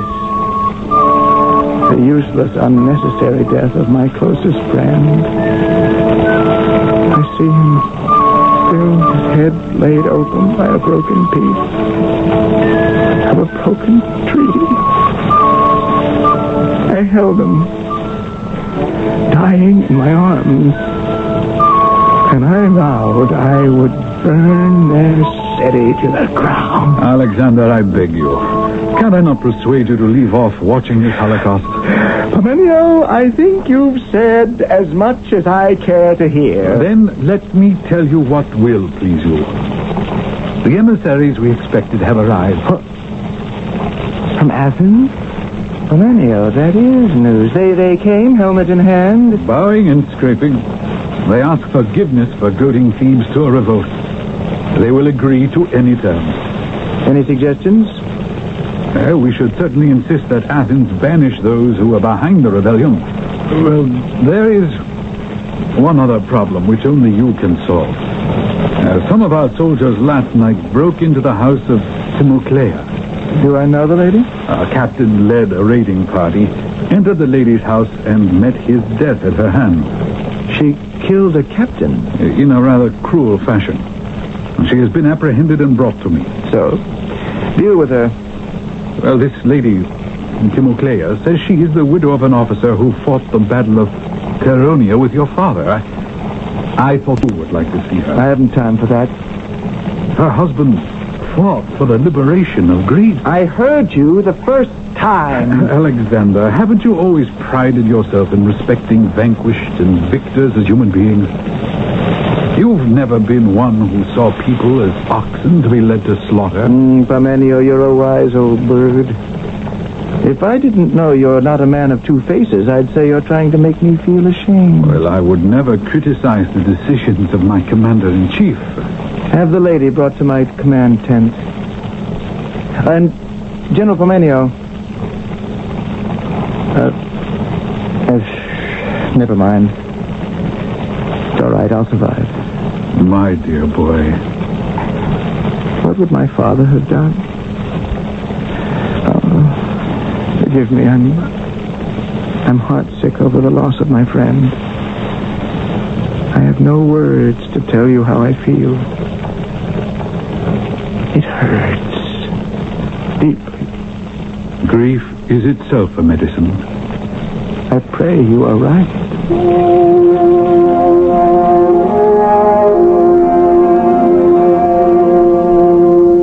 Your Majesty, this is the lady. Your name is Timoclea, madam? And you are the king who has done this to Thebes?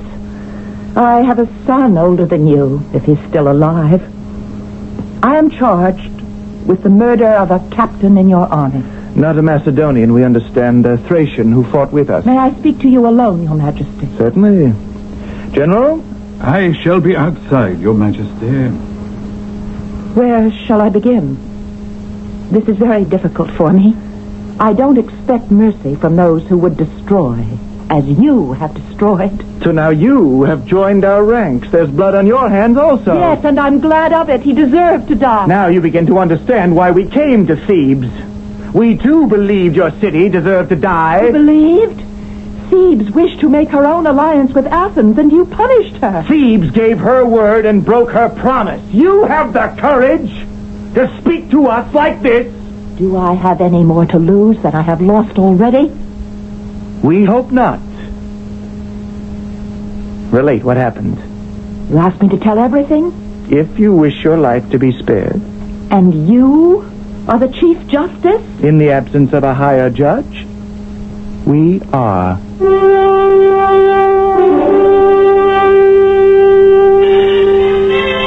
Even as he was passing judgment, Alexander felt guilty. He admired courage and compassion. In the years that followed, he knew he had not been compassionate with Thebes, that he had given free rein to revenge. He knew the destruction of Thebes was a monstrous act for which Alexander never forgave himself. I shall return very soon with Act 3.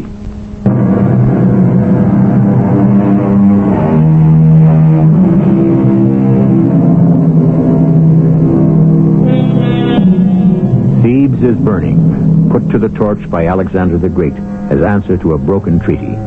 His arch-Athenian enemy, the orator Demosthenes, had persuaded the Thebans to repudiate their friendship with Macedonia and throw in their lot with Athens. Our curtain rises as a noble Theban woman, Timoclea, stands before Alexander accused of murder and awaiting sentence. Timoclea, speak of the killing you're accused of. Last night, some Thracian soldiers broke into my house. The captain took me and used violence with me. Do you mind? It's difficult for me to speak of this. May we have a cup of wine brought to you to calm your spirits? No, thank you. I can manage.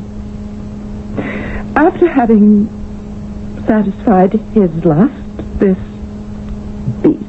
wild beast asked me if I had any money concealed on the premises. I said I did, and I bade him follow me into the garden. There's a well in the garden, which I showed him. And I said to him, when the foreign troops took over the city and were beginning to burn it, "Oh, King Alexander, why did you have to destroy our beautiful city? Why?" General Parmenio, would you come here? What can I do, Your Majesty? One can do nothing for this lady. She seems to have lost sight of who is the accuser and who is the accused. You are like your father, King Alexander. Not at all. He had many friends. We do not. He had a great heart. Ours is hard. In return for his goodness, he was murdered. Goodbye, madam. Your Majesty, is this lady guilty of murder? We never got round to the details. Well, the king has a quick temper. If you can confine yourself to answering a simple question, we can proceed. I'm sorry. I'll confine myself to what happened. Madam, you were saying? I showed this captain the well where I said I had thrown all my valuables. And he bent down and looked in to see, and I said to him, no, you have to look further. It's a deep well. And so he climbed up on top to have a closer look. And I came up behind him, and I pushed the ugly brute into it. Are you going to have me executed? Or sold into slavery? Madam, your husband was in the war? I am the widow of Theogenes, who fought the Battle of Coroneo with your father. He fell on the battlefield for the liberty of Greece. Theogenes. Yes, I know that name. My father spoke of him. Whatever you will do with me, I'm not sorry for what I did. I would do it again. Parmenio, take this lady and have her accompanied through the Macedonian lines to whatever place she wishes to go. Guard her well. She's very brave. And she's free.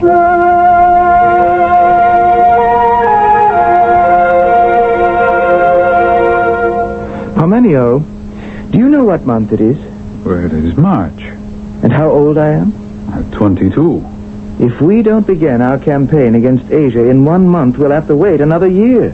Well, April will still give us enough time. It's only 100 leagues on the west road to Cetos. And from there, only the Hellespont separates Macedonia from Persia.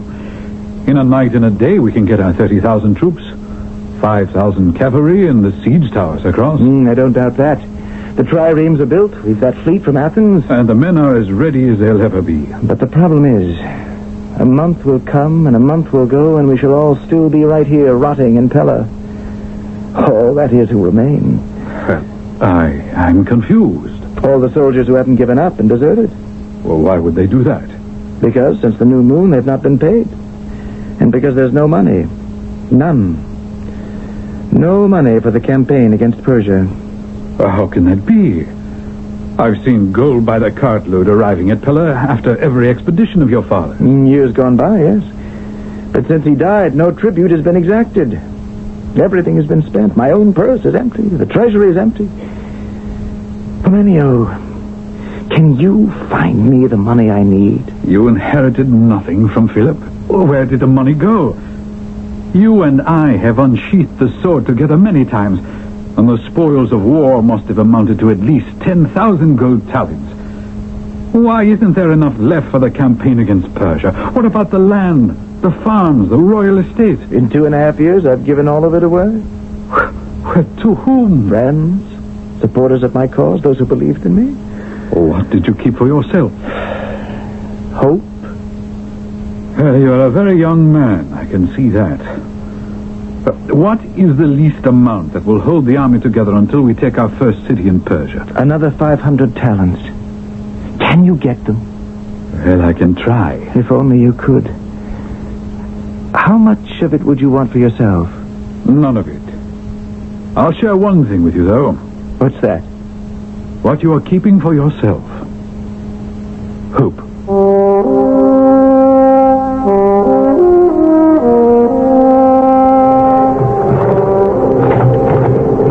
Listen to those oars men row, Parmenio. Listen to the wind and the sails. How I waited for this day. Bless Apollo for granting us this clear day for our crossing. I haven't blessed you for not raising 500, but 800 talents. There are many people who believe only you can ensure the safety of the Hellenic world against Asia. Now, when we get to the middle of the Hellespont, we'll drop anchor long enough to make our offering to Poseidon. Are your commanders on shore keeping an eye for us to signal when to launch their boats? I'll wager they're not the only ones watching. Darius is bound to have spies on all the opposite hills to tell him what we're up to. I accept the honor. And you won't be difficult to spot. Full armor, white plumes on your helmet, standing up here beside the helmsman. I want those who chronicle this war to know I steered the way. How far from the shore are we now? This is halfway across.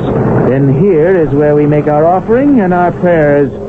Cast anchor! Cast anchor! Ship oars! Backwater slowly into the wind! Ship oars and backwater! Lower sail! Lower sail!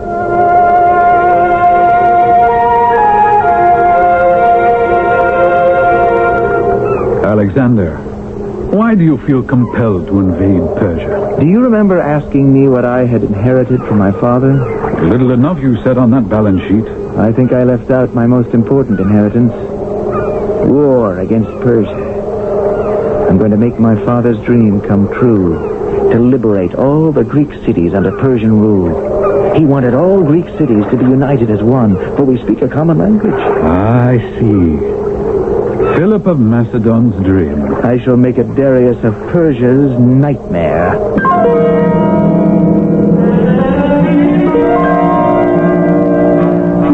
Let me wake up. I am Darius of Persia. Why can I not rest? Every night I see his men advancing. Battle after battle we are pushed back. Oh, must I dream this over and over again? Alexander's cavalry. Look at them. A wave of spears. Oh, run. They're overwhelming us.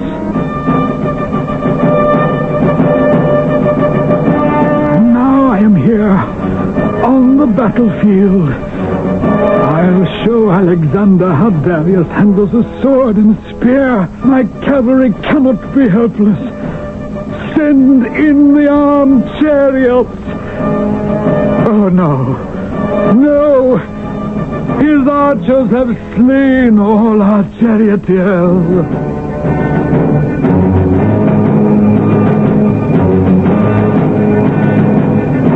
All is lost. Run!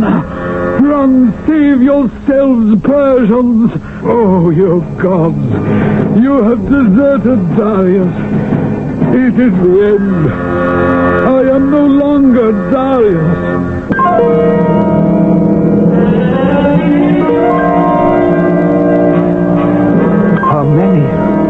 Have you ever seen anything like this royal tent Darius left behind? His color, this fine weave. Never. We'll walk inside. Imagine a tent floor made of the cedars of Lebanon. This chair, inlaid. That must be ivory. Gold and silver cups, gold platters. Think of it. Darius ate from gold platters on the battlefield. Over here, Alexander. Have you ever seen such a bath? A gold bathtub 50 leagues from Persepolis? All these things he took with him. And here, a throne. Now I know what it means to be king of Persia. Wherever he's hiding now, it's not like this. Excuse me, Alexander. I see a messenger at the tent opening. Give it to me. You may go. Yes, General. A message from Darius. Already? He couldn't be far. What does he say? Well, I don't believe this, Alexander. Do you know there are women in some of those tents behind us? Darius writes that he has left his wife and mother, 2 young daughters, and a 6-year-old boy. Here. Right here. He says, Great Alexander, I acknowledge you have won most of Asia Minor. I offer you, most esteemed warrior, friendship and alliance. What say you to that? Find out where he has concealed himself and send him word that I reject his offer. Friendship and alliance with him, ha? Well, let me call a scribe to take down your very words. Will you have the scribe brought into the royal tent? And what of the safety of Darius's mother and wife and children? Say in the message that the royal family will be returned, but he must come in person and plead for them. Scribe, take down the king's words. I'll give you the beginning of his message later. And in future, Darius, when you send to me, send to the Lord of Asia. And do not write to me what to do, but beg of me, as master of all you own, for anything you need, or I shall judge you an offender. If, on the other hand, you claim your kingdom, take your stand and fight for it. And do not run, for I shall find you wherever you may be. Do not run from me. Take your stand and fight for your kingdom. I shall find you wherever you may be. Oh, we cannot stay here. It is not safe. Groom, another horse. Get me one that will take me as far as the Euphrates. Once I'm across it, I shall be safe from Alexander.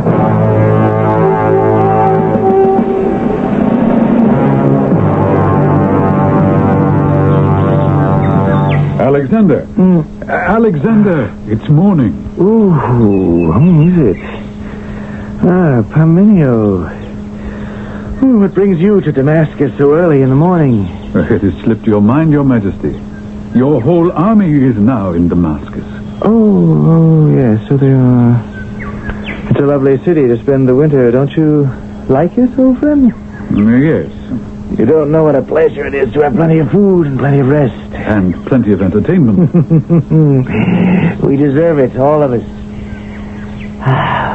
What day is it?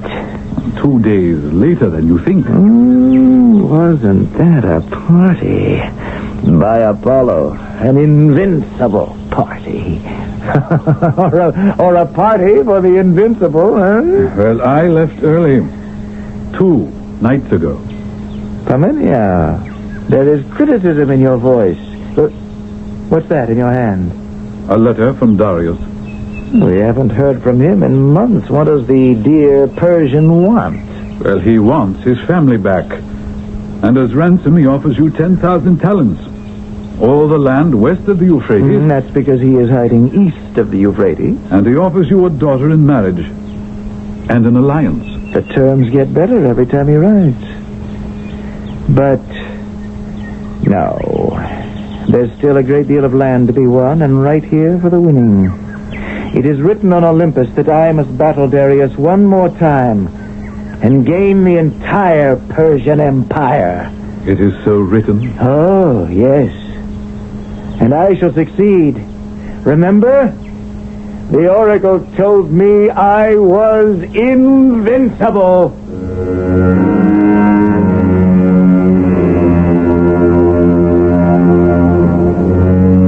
That Alexander the Great, now 23, was a complex man is evident.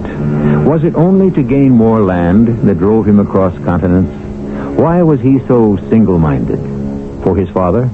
And were the spoils of war beginning to undermine the man? His soldiers, relaxing with wine and dalliance, each with his golden plunder, would they willingly abandon peace for war? For what? I shall return shortly. Hi, Pat Summerall to say that if you want relief from sore muscles and dry winter air, follow this prescription from True Value Hardware Stores.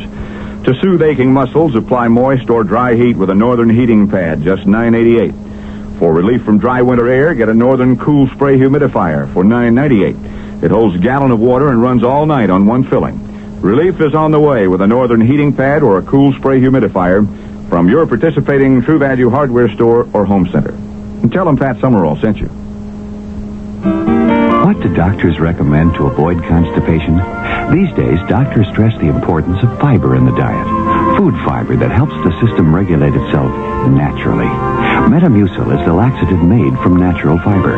No chemical stimulants. So for occasional constipation, doctors recommend Metamucil more often than any other laxative. The way to overcome constipation is the natural way. But if not nature, Metamucil. Read label and follow directions. If you use a long-lasting nasal spray, you ought to check the package. If it has a big 12 on it, you're getting the longest-lasting relief you can get. You're using Duration nasal spray. Duration is different because Duration has the longest-lasting nasal decongestant. So Duration gives you up to 12 hours of relief. That's up to 2 to 4 hours longer relief than most other long-lasting nasal sprays. Look for the nasal spray with the big 12 on it. Duration. The proof is on the package. The package with the big 12 on it. For occasional use only as directed. Bob Hope here for USO. He's 20, in the Army, married and assigned far from home. At 18, she's in the Navy and stationed in a country where she can't speak the language. They're the kids next door, down the street. Perhaps your own son or daughter. You can't be there to help, but the USO can worldwide. USO helps with their personal emergencies, housing needs, understanding their new area, and even providing a glimpse of back home. Why? Because thousands of USO volunteers care. USO.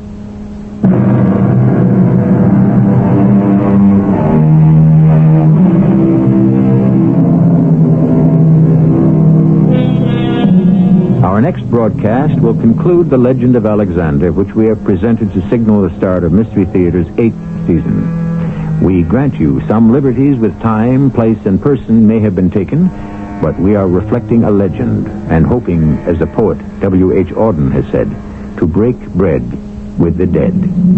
Our cast included Russell Horton, Marion Seldes, Earl Hammond, and Lloyd Batista. The entire production was under the direction of Hyman Brown. This is E.G. Marshall inviting you to return to our Mystery Theater for another adventure in the macabre. Until next time, pleasant dreams.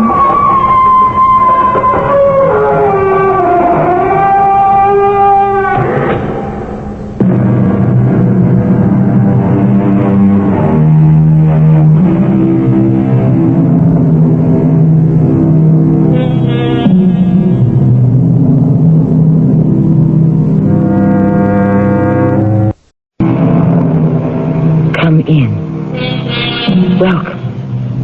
I'm Tammy Grimes. There was a time in this land of ours, particularly south of the Mason and Dixon line, when living was genteel, where good manners, politeness, and appearances counted for more than reality. But hidden under the externals, there could be hatred, jealousy, and even murder, as we find in our tale today. Julia, this is the third letter I've received in the last 3 days. They're all the same. What does it say, Uncle? Leave $100,000 in unmarked bills on midnight Saturday at the place by the river. You know the place we mean. This is our last communication. If you do not buy our silence, you will regret it for the short time you have left to live. That's terrible. Is it signed? It's like the others, with a heart pierced by an arrow.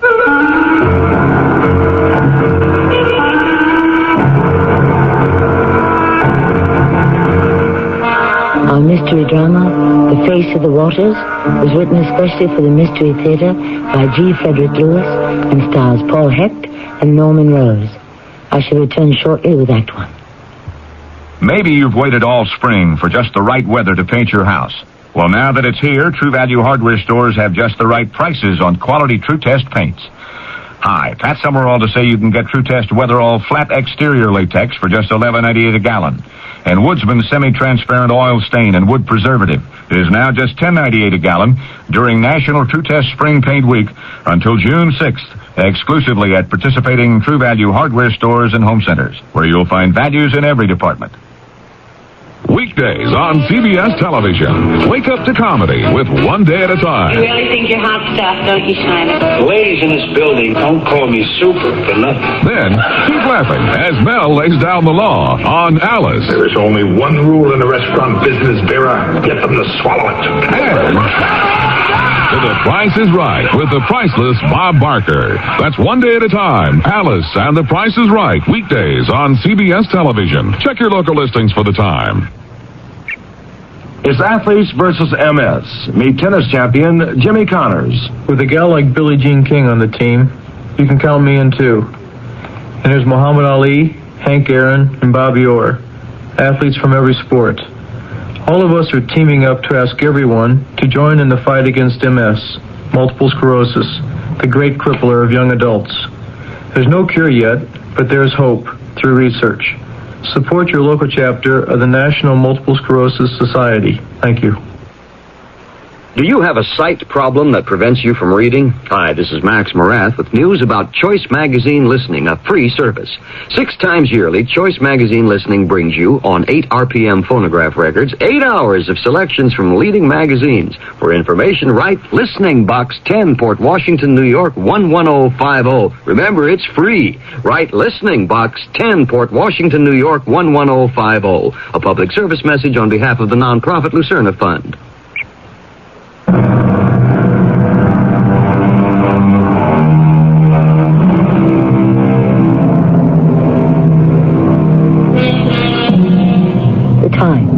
Beginning of this century, the place, outside of Baton Rouge, a countryside of estates and plantations fronting the deceptive Mississippi River. I say deceptive because it's easy to be lulled by its beauty, but when the fog rolls in, there can be danger at every bend in the river, as our young couple in their rowboat are about to find out. Arthur, don't you think we ought to turn back? Our little trips down the river always end like this. What do you mean? They're always over hardly before they've begun. Oh, we've been out on the river an hour. What's an hour when I want to be with you a whole lifetime, Julia? I know, Arthur.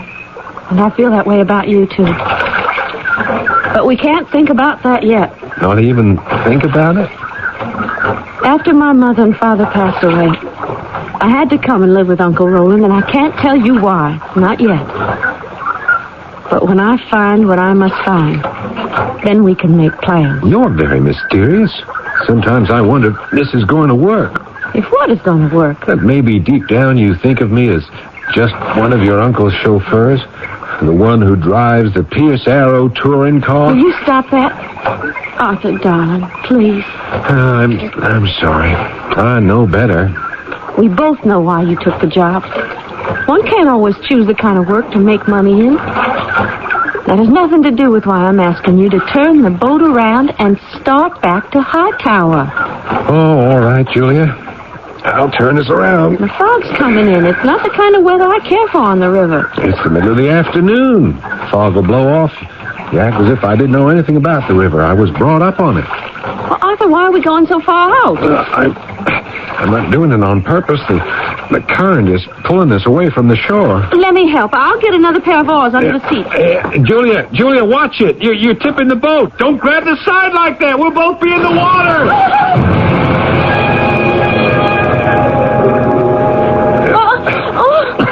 It's all right. I got you, Julia. Just relax. I can swim it. Take it easy. Oh, the boat.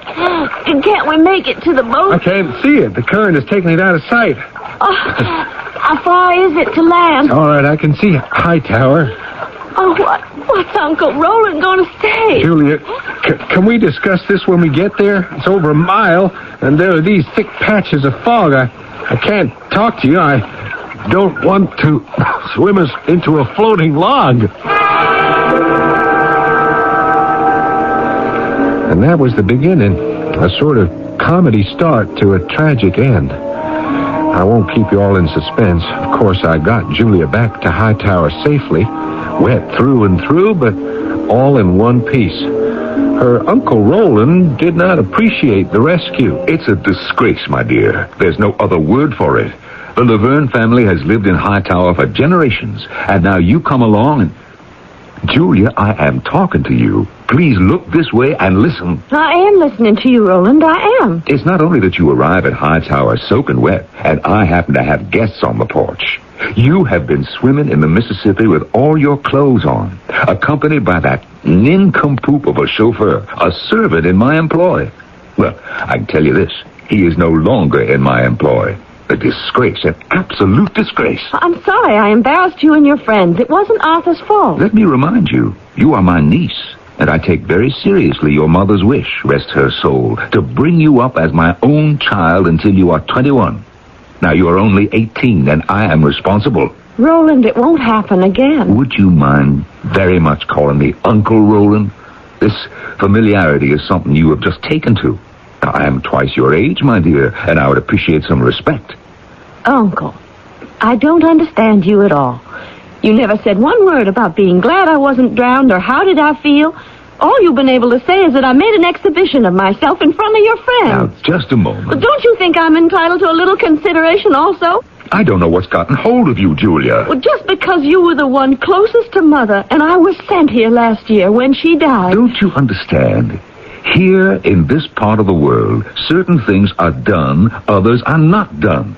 Next thing you'll be telling me is you wish to go out and sully your hands doing work of some kind. It is the next thing. I'm going to become a nurse. I have decided. It's that chauffeur, isn't it? He's going to become a doctor. And yes, he did talk to me about nursing. You are so wrong and so strong-headed. You and I were getting along so well. But now suddenly, because I happened to go out with Arthur a few times, you've changed. We won't discuss him. Oh, yes, we will. I won't have you referring to him always as a chauffeur. You know why he took the job. And secondly, he had nothing to do with the boat tipping over. It was all my fault. Well, you shouldn't have been out with him in that treacherous current in the first place. He's a chauffeur. He hopes to become a doctor. He has no position in life, no family connections, no money, nothing. Julia, he is unworthy of you. If it wasn't so ridiculous, I'd say you were jealous. I'm sorry, Uncle Roland, but while I'm here, I shall do things in my own way. You can discharge Arthur if you want to, but that won't change anything. He's going to work elsewhere to get himself through Louisiana Medical. You'll see. And I'll be right there if I want to. Oh, Julia. Julia, I wish we could be friends again. We can be. Especially if you're not unreasonable. Oh, please let Arthur stay. I'll try to see nothing happens to annoy you. Think about it. I think about it. Well, shall we go into dinner together? I think I just heard the bell.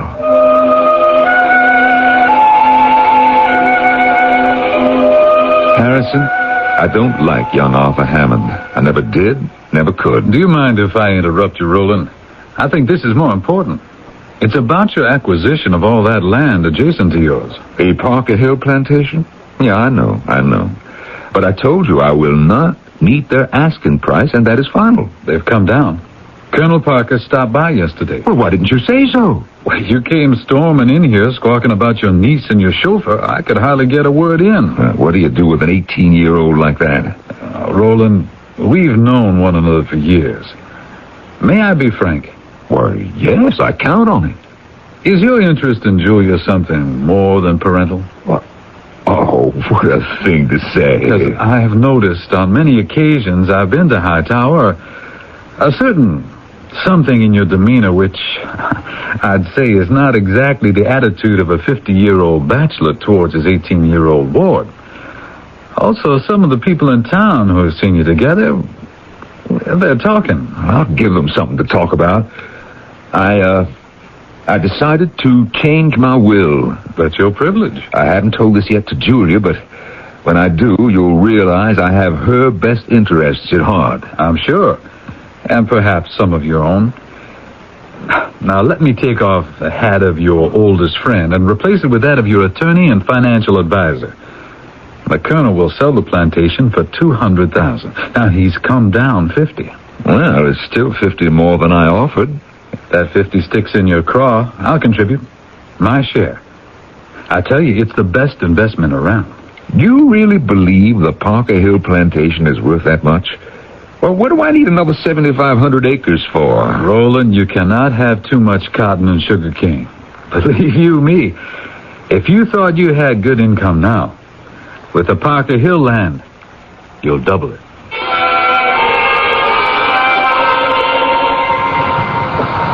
Arthur Hammond, that's you working on my automobile? Arthur, where are you? I'm over here, Mr. Laverne. I'm trying to get a head of steam up in your Stanley, but there's something wrong with the boiler. Well, then why don't you fix it? Well, I'm trying to, sir, but it ain't easy. Oh, I don't know why I rely on you. Mr. Laverne, I'm doing my best. They're all running pretty well. I got up to 50 on the Pierce Arrow, and the Hubmobile is doing an even 30. All except the Stanley steamer. If you can't fix it, maybe you can show me what's wrong. Certainly, sir. Oh, yeah. You see, sir, where the steam is escaping here? That's why she loses power. There's a valve underneath that'll have to be replaced. Well, then why don't you shut it down and replace it? I was just about to do that, sir, but as you can see, there's hardly any room to move under there. To take that hood, you see, it don't swing up far enough. I have to find this long iron bar to prop it up higher. Yeah, she's solid, this bar. Hammond, Arthur, I came down to the garage to tell you one thing. I would appreciate it if you did not see my niece anymore. What? Don't you think Julia is old enough to know what she's doing? No, I do not. Now, look, I'll put it to you differently. If you see her once more away from your job here, well, I shall have to let you go. So be it. Well, what kind of an answer is that? The only one I can make. Perhaps you don't think I'm serious, but I am. One more infraction, and I shall have Dobson take all your belongings out of the room you occupy over the garage and lock the door. I wouldn't do that, Mr. Laverne. You wouldn't do what? That iron bar you're thinking of picking up, you won't frighten anybody with that, so don't challenge me. I'm warning you. If I learn you have seen Julia one more time, it'll be too bad for you. I wouldn't do that either, Mr. Laverne. What? Threaten people. I am in very good physical shape, and I can defend myself quite easily. Don't you lift up that iron bar? Whippersnapper, you defy me, would you? Put that down. I hate you. Forgive me, but what else can I do? Mr. Laverne? Mr. Laverne? Mr. Laverne, wake up. Wake up, sir. What? You're all right. Here, let me help you to your feet. Steady now. The dizziness will pass. You hit me. Now, you're going to be very sorry, young man. Very sorry. I'm already sorry, Mr. Laverne. I never dreamed this kind of thing would happen, but some people just won't listen to reason. It was too bad. I love Julia, and I hoped that the objections of her uncle would in time disappear, but somehow, without wanting to, I'd made a total enemy of the man.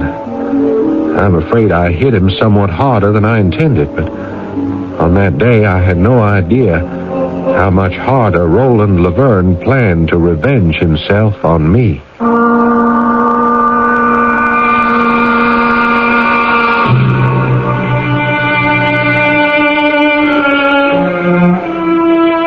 It's a fact that most murders are a family crime. That has been the case since Cain slew Abel. A killer related to the victim by friendship or blood, or a murder done in defense of a relative. As in our story of Roland, who may very well believe he is defending his niece Julia. I'll go further and warn you that the 50-year-old bachelor is at this moment planning to do away with a young medical student. How? You will hear for yourself when I return shortly with Act 2. We can change things, you'll see, yes, you'll see, we're the American Red Cross. Together you and me, you'll be there when you need us. We'll be there through storm and flood. We're teaching lots of kids to swim, we're there when folks need blood. The Red Cross is there to help folks help themselves in so many ways, like teaching you and your family about health and safety. Today, modern medicine lets you live longer. The Red Cross wants you to live better. We're committed to help you do just that as we begin our second century of service. Call your Red Cross chapter and ask about our health and safety services. Together we can change things, you'll see, yes, you'll see, we're the American Red Cross. Together you and me, we're the American Red Cross. Together you and me. This is Gene King for your Better Business Bureau. You know, a burglar alarm is a good thing to have if you own lots of valuables or if you often leave your house unattended. But don't rush to buy one at the expense of being ripped off by an unscrupulous alarm company that capitalizes on scare tactics to induce you to buy their system. If high-pressure sales tactics are used, don't fall for them. Instead, take some time to think over the deal. If you're dealing with a company you don't know, call your Better Business Bureau for a reliability report before you sign any contract. And it's a good idea to check out the different types of systems offered. And once you've found the right one, get bids from 3 different companies so you can compare prices. And ask for names of former customers you may contact. If the company stands behind its product, it'll be happy to comply. A tip from your Better Business Bureau.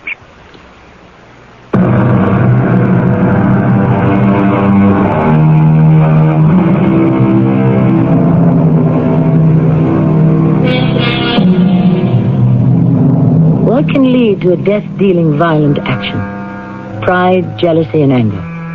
And if these 3 of the 7 deadliest sins inflame the spirit, watch out. This is what worried Roland's old friend Harrison Clay, attorney and business associate, and why, in a driving rain, he speeds his carriage to Hightower. Dobson, why are you standing out there by the door? What's that you say, sir? Is Mr. Laverne home? If he isn't, I don't want to get out of the carriage and get drenched. Is that you, Mr. Harrison, sir? Did you hear what I said, Dobson? Yes, sir. He's not at home now, sir. He went out earlier, and then when this storm came up, I began to get a little worried, sir. What time did he leave Hightower? A few hours ago, sir. Mr. Harrison, why don't you come inside? I'm sure Mr. Laverne will be back soon. I'll have your coachman and carriage taken care of. I guess I might as well. At least if it's pouring like this, he won't get himself into trouble.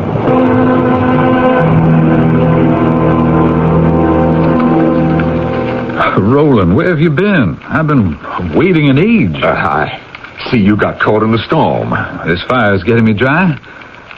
How did you manage to escape the rain? I was in the boathouse. I got there before it started to pour and waited till it let up. Ooh, chilled to the marrow. Dobson, come in here and put some more wood on the fire. Very good, sir. And when you've done that, bring some brandy in a hurry. For you too, Harrison? I wouldn't mind. Stand yourself in front of the fire. Bring 2 glasses, Dobson.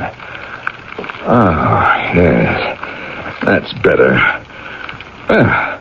What are you doing here today? What were you doing chasing off to the boathouse? And with that awful Hammond. If I lay my hands on him... That's why I came over. I had a feeling from the way you were talking yesterday you might do something foolish. Oh, Dobson, good. Set the tray down. We'll help ourselves. Foolish? What are you talking about? Help yourself, Harrison. You went to the boathouse? That was after I'd been to the garage. You were looking for Julia? Or Arthur. They weren't there. And then I went to the boathouse. Well, they weren't there either? No, but a rowboat was missing. Those 2 are out on the river again, and I hope they got good and soaked for their trouble. Why were you chasing after Julia? Well, she had persuaded me it would be wrong to discharge him. And by that, I inferred she would not see him again. And then I came across a note from him in her bedroom, telling her where and at what time to meet him. She'd torn it up, but I put the pieces together. You went into Julia's bedroom and spied on her? Oh, Roland, that isn't worthy of you. Oh, no. I'm not going to stand idly by and let this creature steal my niece. Well, how are you going to avoid it? It's very simple. I am going to kill him. I hope you're joking. I am quite serious. I don't believe you. If you had any such intentions, you wouldn't tell anyone. Oh, you're quite mistaken. Harrison, you are my attorney. What I'm now telling you is protected by client-lawyer privilege. And what's more, if my act should be discovered, you will defend me. Well, it makes me very sad to see you like this. You are embarking on a course that could only lead to tragedy. And what course do you think I'm on now? If I let things go on as they are, I shall lose a woman. Is that true? The girl is only 18. And I am 50. But at least I want a chance to win her. If I must kill to do it, I shall.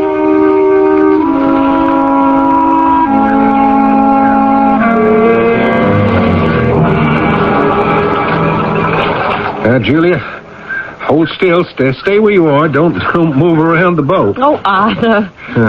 I don't feel like another dip in Old Miss.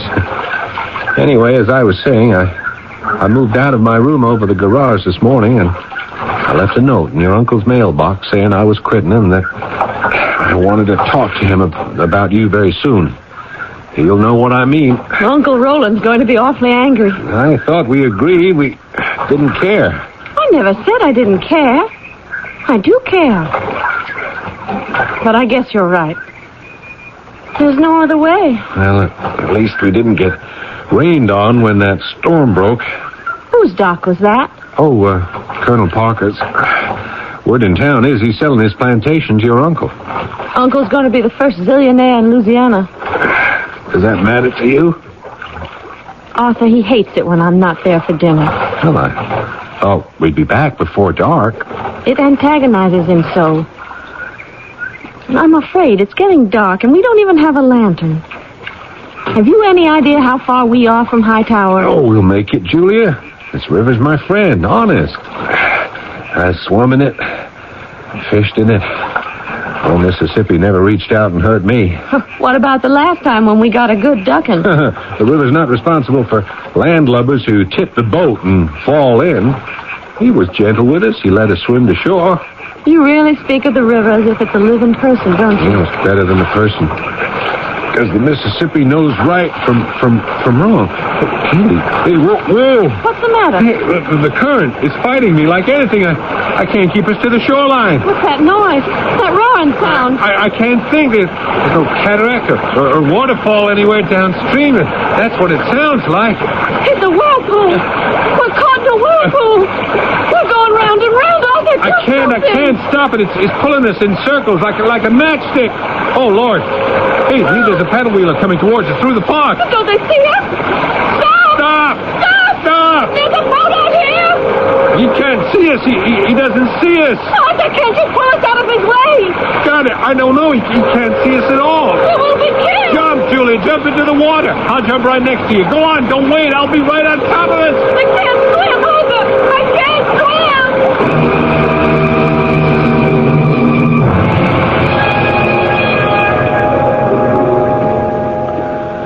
Stop pacing, Roland. The doctor isn't going to come out of the operating room any faster because you're walking up and down the hospital corridor. I could kill him. Will you sit down, Roland? Save your resources. They're all doing their best for her. I don't mean Dr. Tom. I mean I could kill that idiot who takes her out on the river and doesn't have the sense to keep out of the way of a paddle wheeler. My Lord, it's a wonder she wasn't... Oh, I can't think of it. Roland? She's going to be all right. Oh, Doctor, is that true? Oh, bless you. Oh, she's like a part of me lying there. Is she awake? No, she's still under sedation. But we managed to sew her up, splint the arm and the fractures. Her face.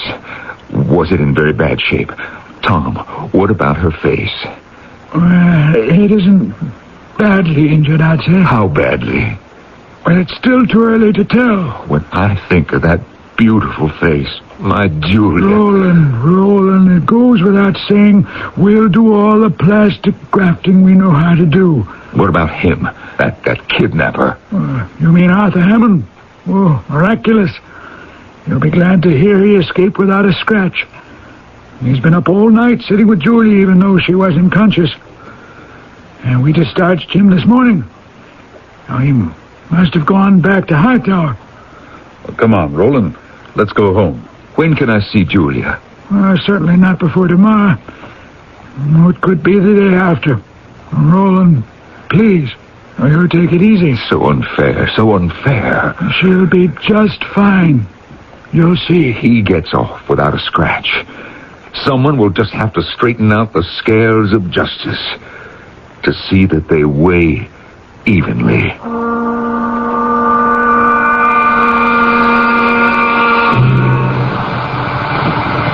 Is that you, Mr. Laverne?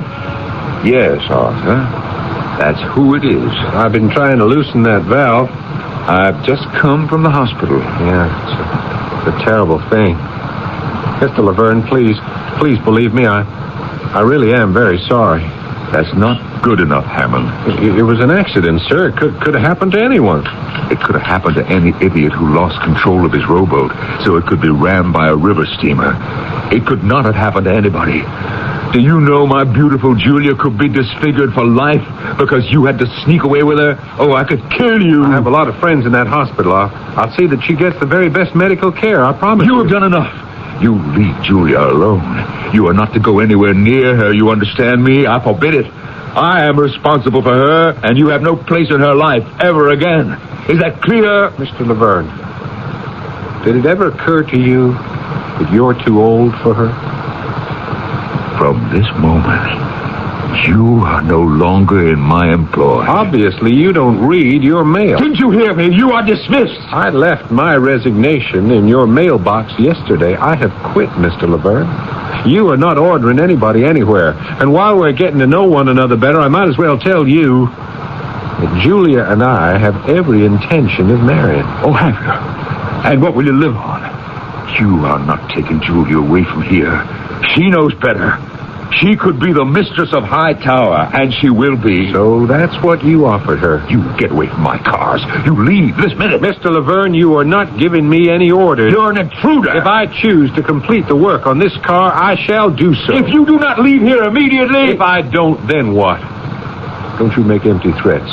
You don't have the courage to come out and say that you want Julia for yourself. I dare you to tell her. I dare you to stand up to anyone. The only power you have is money. I'm going to put your Stanley steamer into good working order. And then, when I decide, I shall go. You better not stand so close to me, Mr. Laverne. I wouldn't want to hit you accidentally with this hammer. You get out of here. You back away, Mr. Laverne. This hood is only held up by this pole. You're in the way, Mr. Laverne. You give me that hammer. All right, I'm through. Here, you take it. Catch.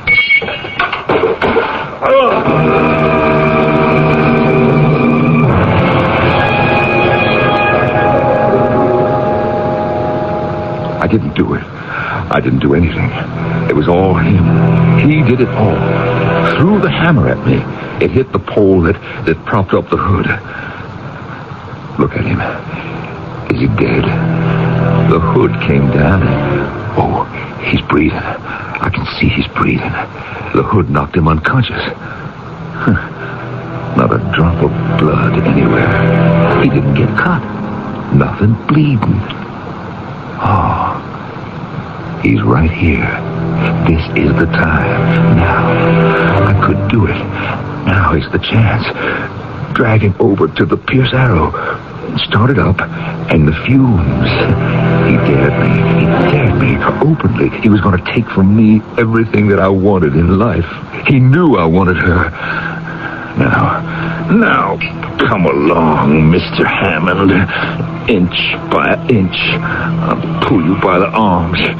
Now we'll get you up into the car and start the motor.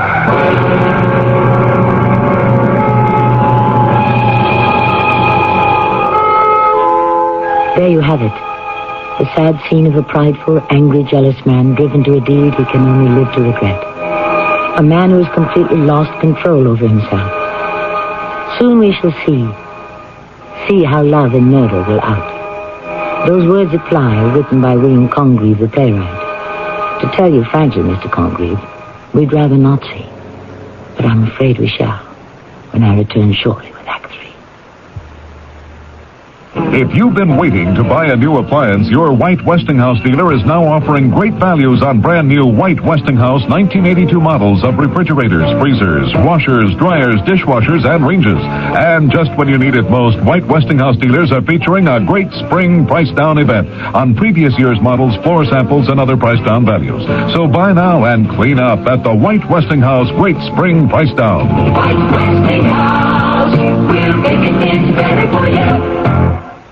What do doctors recommend to avoid constipation? These days, doctors stress the importance of dietary fiber to help the system regulate itself naturally. Metamucil is the laxative made from natural fiber. No chemical stimulants. That's why doctors recommend Metamucil more often than any other laxative. Try Metamucil powder or pre-measured packets of Metamucil instant mix in regular or orange flavor and save 50 cents. Look for the coupon in June's Reader's Digest. Read label and follow directions. We're here at the Springfield Women's Club to hear Crime Dog McGrath speak about... Rape. Oh, no, McGrath, not that. I'm sorry, that's it, rape. Oh, please don't. Listen, ladies, I know rape is not an easy thing to talk about. Certainly. But rape can happen. Not to me. Anytime, any place. But you can learn how to help protect yourself. We can? How? Send for my book. Write to McGruff, Box 6600, Rockville, Maryland, and help take a bite out of crime. Oh, we will. A message from the Crime Prevention Coalition and the Ad Council. I'm Lorette Rupke, Director of Peace Corps. In 60 countries around the world, Peace Corps volunteers are sharing their skills and knowledge with people who really need them. But we need more volunteers, and we need them now. Volunteers are urgently needed in agriculture, math, science, and biology. Call Peace Corps now for more information. 800-424-8580. It's the toughest job you'll ever love. A public service message of this station And Peace Corps.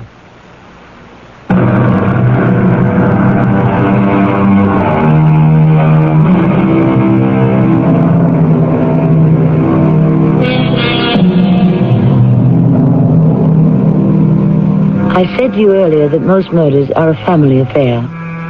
Someone close whose continued existence is unbearable to the murderer.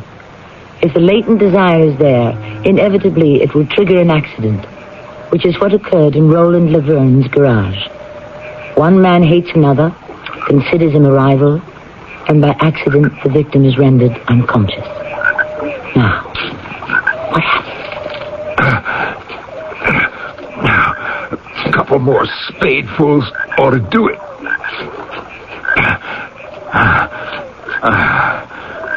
Roland? Roland, is that you? Who is it? Hey, it is you. I was wondering who was digging away down here by the river's edge. Oh, Harrison. Well, what are you doing at Hightower? What are you talking about? You invited me for dinner. I got here, nobody knew where you were. Dots and I have been searching high and low. Whatever are you doing with that spade?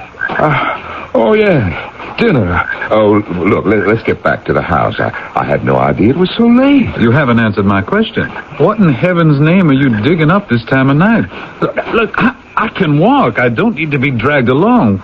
I want to see what you were digging. Harrison, I don't want you to. I forbid it. Don't you trust me?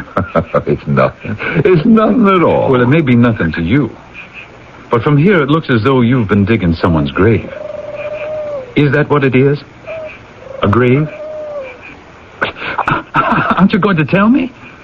If it is a grave, it's not a secret you can keep very long. I mean, if someone is missing, it's only a question of time before his relatives or friends start looking for him. For him? Why did you say him? Roland, who is buried there? Well, nobody. Nobody. It's just... Well, I was digging a hole. I was going to hide something, that's all, and, well, I decided not to. So you covered it over? Oh, you're a very poor liar. I don't believe you. Now, did you kill Arthur Hammond, and have you buried his body? I didn't. No, I didn't. I didn't kill him. You see, it was an accident. Now, you've got to believe me. You've got to. What was an accident? What? You heard me. What have you buried out there at the edge of the river? I haven't buried anything. You see, I was going to. I have a great deal of money in cash. It's in a strong box in the cellar, and I was going to make a hole and hide it there. And then I decided I wasn't going to, and that's what I was digging. You never told me you had any money hidden in the cellar? No, I didn't have it, and I'm ashamed I didn't trust you. It was given to me to hold for Julia by her mother, my sister.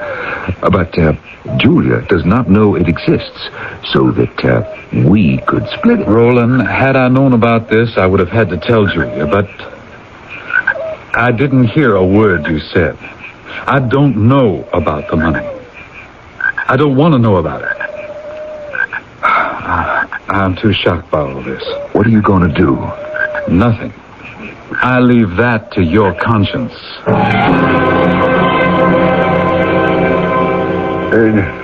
No, Miss Julia.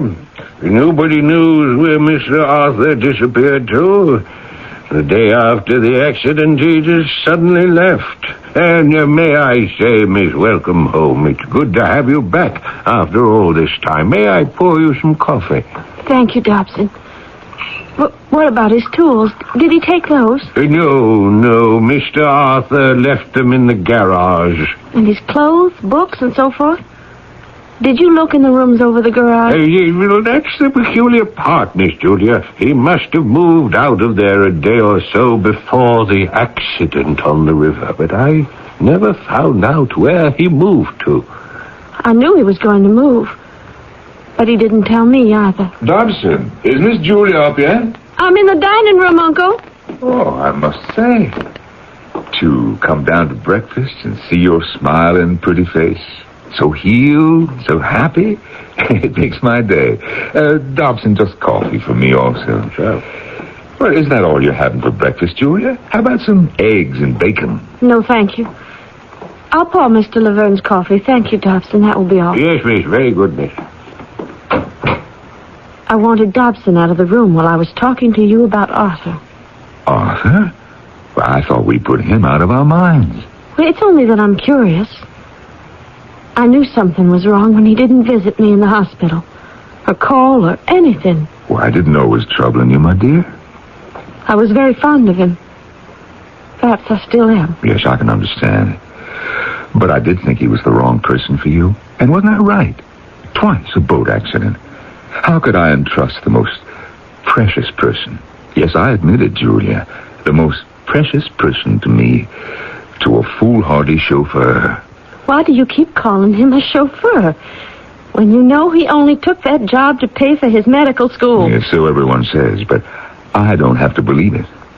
I was right. You are prejudiced, and I'll never find out what I'd like to know from you. I'm leaving. Julia, come back. You haven't finished your coffee. I'm going outside, and please don't follow me. Julia, forgive me. I'm sorry I drove you out of the house. I really am. Now, come back and finish your breakfast. Uncle, I thought I asked you not to follow me. But it's only that I want to walk alongside the riverbank alone.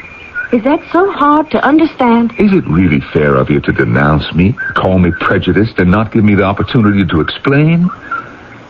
No, I suppose not. Well, then let me just walk with you a little ways and try to make you understand my feelings. All right. We'll go this way. No, not that way. Would you mind if we go the other way? Yes, I would. Why shouldn't I walk where I wish to? Well, of course you should. Certainly you should. Only you can see how the waters have risen over the path down there. It could be swampy. Uncle Roland, I'll go where I want to. If you want to go somewhere else, I shan't stop you. No. I'll do what you do, child. It's you I want to be with and talk to. When was the last time you saw Arthur? And what did he say then? He was aware that I blamed him for the accident. I certainly could not place the fault on the captain of a paddle-wheeler. One doesn't expect to find a cockle shell mid-river on a foggy night. I told Arthur he could no longer remain in my employ. He agreed, and, well, the next day he was gone. I don't remember this deep indentation in the shoreline. Do you, Uncle? Why, yes. For some reason, the old Mississippi has been digging away right here. Arthur used to say the river was a person, alive, acted for its own reasons. Does that make sense to you, Uncle? I can't say it does. The river has its own laws, its own right and wrong. It rewards and it punishes. I don't know about that, but right around here there's a very stiff current. I've seen big logs, even shacks, shoot right by. It can carry anything right out to sea. There's water oozing up all around us. Well, Julia, it's a little treacherous. Our feet are sinking. It's not a safe place to walk. Now, you just take my hand and we'll head for higher ground.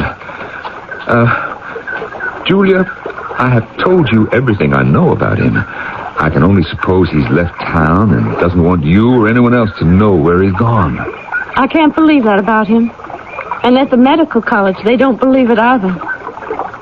I'm going to tell them to inform the police. Roland, it's true we've known each other since college, but what I did was my work. I can't accept this. I really can't. Medical ethics as well as my own won't permit it. Tom, I cannot forget it was you who put my dearest Julia back together again. If you look at her now, how long has it been? She is as beautiful as ever. Well, she did make an amazing recovery. And about that young man, Arthur, you know that medical college is affiliated with our hospital, and I was talking to the dean. It's been 3 months since the boy disappeared. The dean asked me, had the disappearance been reported to the police, and, well, I said I didn't know. The dean feels something is wrong.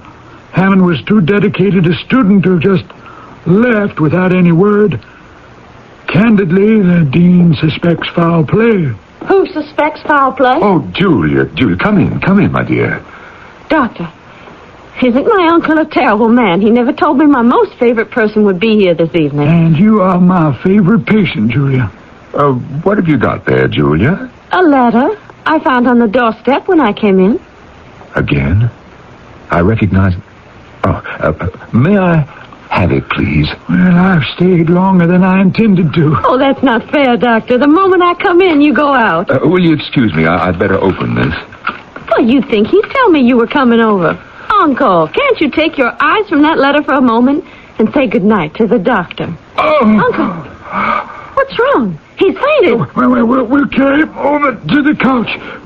Put his legs over the arms so they're higher than his head. Oh, I've never known him to faint before. Oh, should I throw some cold water on him? No, don't do that ever. There. He's coming to. What happened? You fainted. How do you feel? Give me your wrist. I feel a bit weak, I guess. Have you been under a strain lately? A strain? Oh, maybe just overtired. No, look, Tom, I'll be all right. Your pulse is normal. You go along, Tom. I know that you have some more house calls. I'll take care of him, Doctor. I'm still planning to be a nurse, you know. Julia, it was that letter that did it. The third I've received in 3 days. All the same. What? I'll read it to you. Leave $100,000 in unmarked bills on midnight Saturday at that place by the river. You know the place we mean. This is our last communication. If you do not buy our silence, you will regret it for the short time you have left to live. This is the third letter? Why didn't you call the police? What could they do? Have you done something in the past that's worth that much money? Well, I don't know. I'll talk to Harrison. See what he says. $100,000 before Saturday? Impossible.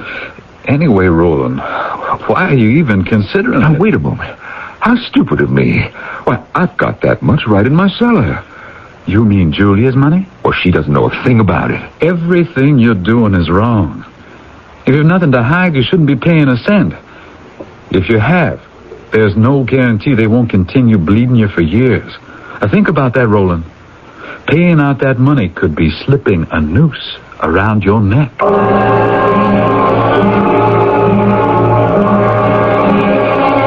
Julia, where have you been?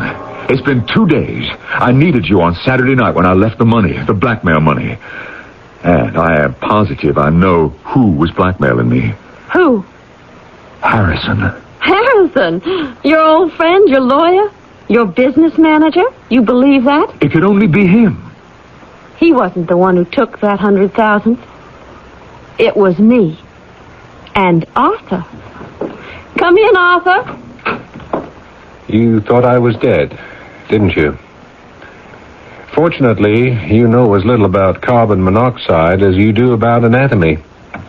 I was quite alive when you buried me, and I let the old Mississippi do the rescuing. It flooded the grave you dug. Thank you for the money. It'll help us both get started. I'll have you thrown in jail for this. For giving me back the money you were keeping till I became 21. My money that was entrusted to you. You see, before she died, Mother told me. Arthur, I'd like to leave Hightower as fast as we can. And leave forever all those unpleasant memories.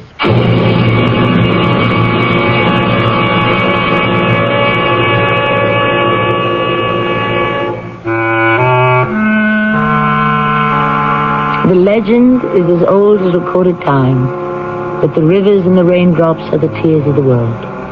And the Mississippi, like all rivers, is a constant conscience to man who sings. Can there be a greater example than the great flood that washed the earth clean of sinners, so that Noah and his family might start life all over again? I shall return shortly.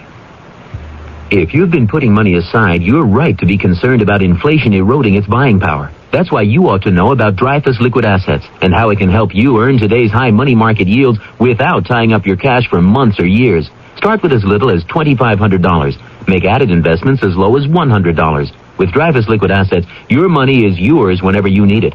Phone for it, have it sent to your bank, or write a redemption check for cash or to pay your larger bills. You keep right on earning that high yield, compounded daily until your check clears. No penalties on interest, no sales charges, no charge for the checks. It's so simple, sensible, convenient. But find out for yourself. Call toll-free 800-228-5000 for free information and a prospectus including management fee, charges, and expenses. Read the prospectus carefully before investing or sending money. Discover how Dreyfus Liquid Assets can help you get the lion's share of today's high money market rates. 800-228-5000. Toll-free 800-228-5000.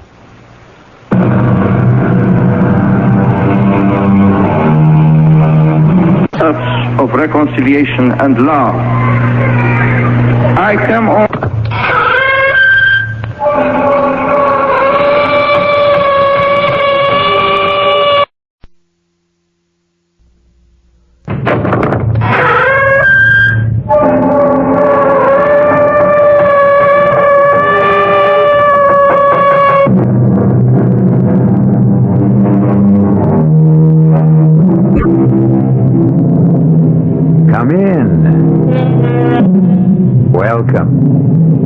I'm E.G. Marshall. Once again, it's open house here on your dial for mystery and suspense and the excitement of the unknown. They say, whom the gods would destroy, they first make mad. Yes, they do say that. But these days, it would be quite possible to take the opposing view.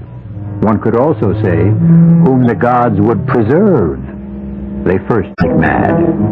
More and more, we find our world dominated by the senseless, the irrational, the incongruous, the incredible.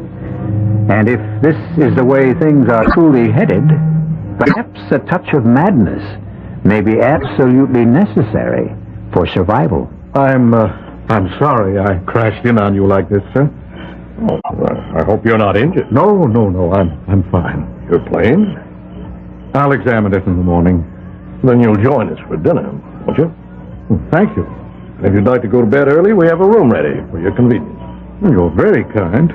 Well, we don't usually have much here in the way of entertainment. We're so far away from everything, but If you care to stay up tonight, you're very fortunate. Really? Yes, you might enjoy it. Enjoy what?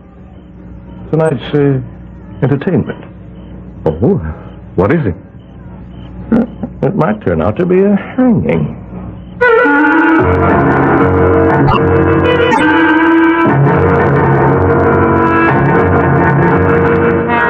Our mystery drama, A Scaffold for Two, was written especially for the Mystery Theater by Sam Dan and stars John Beale and Brett Morrison.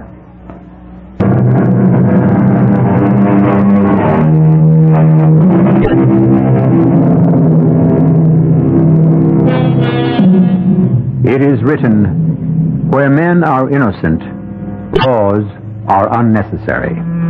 Where men are corrupt, laws are useless. It stands to reason, therefore, that laws are intended for that great mass of us who are in the middle, neither completely innocent nor entirely free of corruption. It's a subtle philosophical point, and there are times when Charles Farnsworth would enjoy discussing it over a drink and a roaring fire. However, this is not one of those times. For the last 2 hours, Charles Farnsworth has been fighting for his life. His tiny single-engine plane is being buffeted without mercy by a ferocious thunderstorm. His radio has gone dead. His instruments are useless. He has been blown off his course. He has no idea of where he can be. And the needle of his gas gauge is hovering at empty. And now, suddenly as it erupted, the storm subsides. There is brilliant moonlight, bright twinkling stars. And just below him, he can make out a long, gently rolling meadow. He has no choice. He directs the faltering plane downward.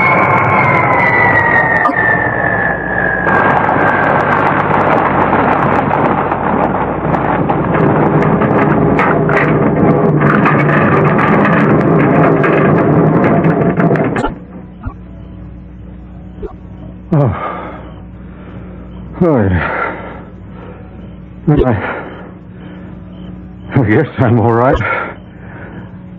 I guess everything's all right, but where am I?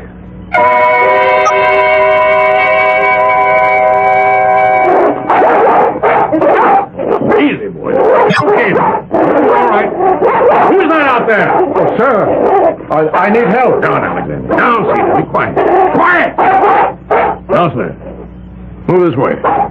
Very slowly. That's fine. I assure you, sir, there's no need of that rifle. Far enough? Now, sir, what are you doing on this island?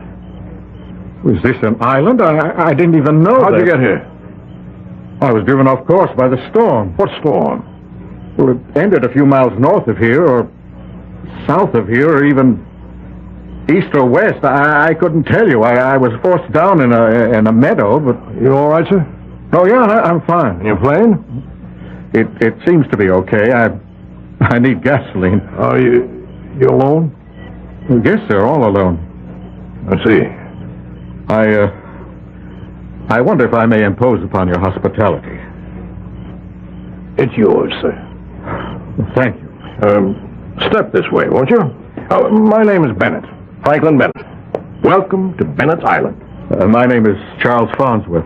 Oh, you're just in time for dinner, Mr. Farnsworth.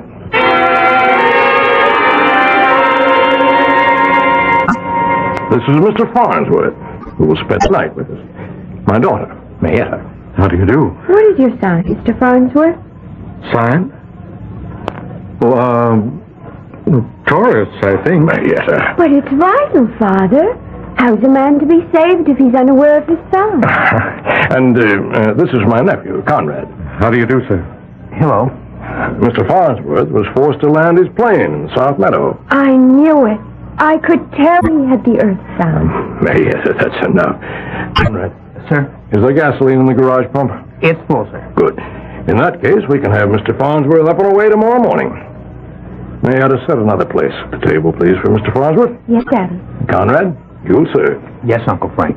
Mix yourself, whatever you like. Everything's on the sideboard. Excuse me. Frank Bennett here. Oh, yes, Wayne. Yes, it's this evening, as we agreed. Midnight, officially. But get here before that. Good. I'll see you then. Good. You all right there, Mr. Farnsworth? Oh, yes, just fine. I'm afraid you'll have to excuse me. For what, Mr. Bennett? Well, I can offer you dinner and a bed, but regrettably I'll be unable to entertain you. Oh, that's quite all right. No, it's not all right. I realize I shall be remiss in my duties as a host. But I have a previous engagement. A matter of great importance. Well, I hope I won't be in the way. Oh, not at all, sir. You won't be in the way at all.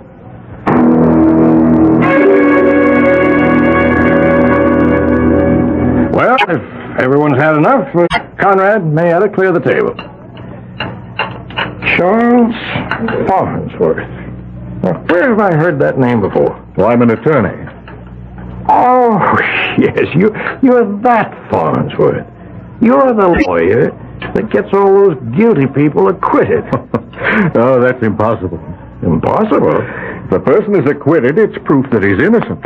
Oh, now you know what I mean. No, I'm afraid I don't. Why, you usually get these people rabble-rousers, mostly. They go around, they commit murder. How do we know that? Because we know it. We just know it. It's a matter of pure common sense. Guilt or innocence is a matter of law. Most of these people you defend are against the law. Most of them are out to overthrow the government. And anyway, they're dirty. They're unkempt. No, I wouldn't say that. I would. Mr. Bennett, I defend a great many people. Some of them happen to be associated with unpopular causes, and some of them, I admit, are personally quite unappealing, but what would you have? Everyone's entitled to counsel. I know. It's just that I hate to see people get away with murder. But they don't get away with it.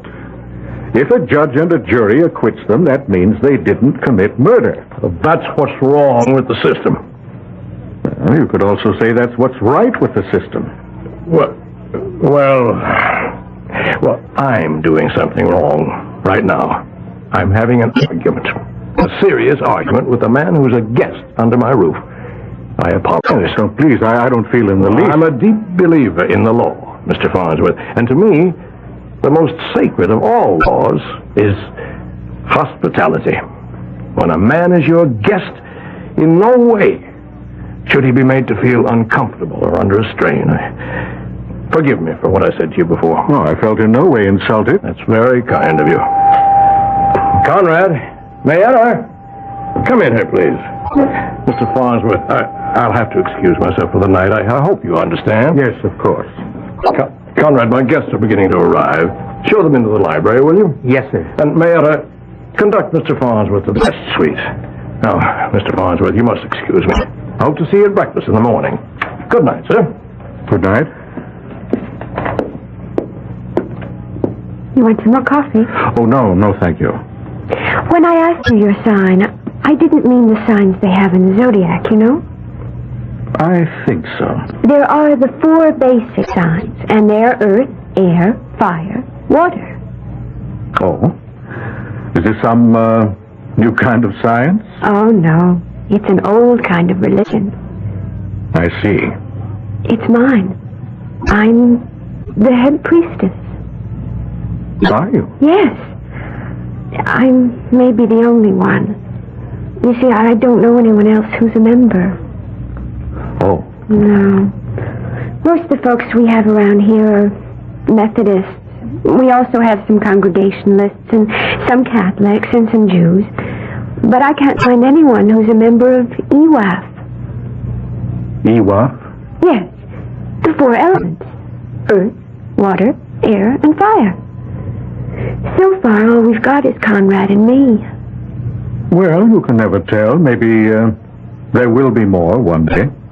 Oh, it's very nice of you to say that. Most people just laugh at me. I'm sure they don't mean any harm. I don't mind. You're a very nice person. You're not at all like most of the people who come to see Daddy. Why do you say that? Because you're a perfect example of the balanced EWAF. I see now. You don't have any sign. You have all 4 of them. Oh, is that good? Oh, that's perfect. You're in heavenly balance. Your fire and water, your earth and air, they don't fight each other. They work together in harmony. Didn't anyone ever tell you that before? No, not that I can recall. Well, as I was saying, most of the folks who come to see Daddy are unbalanced. They're usually too much of one thing. Now, Daddy himself, he's too much fire. And poor Cousin Conrad, he's mostly earth.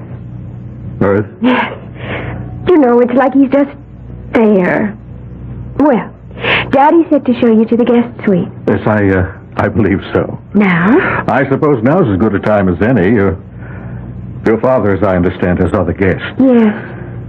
If we weren't on the island, you could go to a movie in town. I think I'll just turn in. All right. Come with me. Well, this is quite a place you have here. Daddy built it for Mother.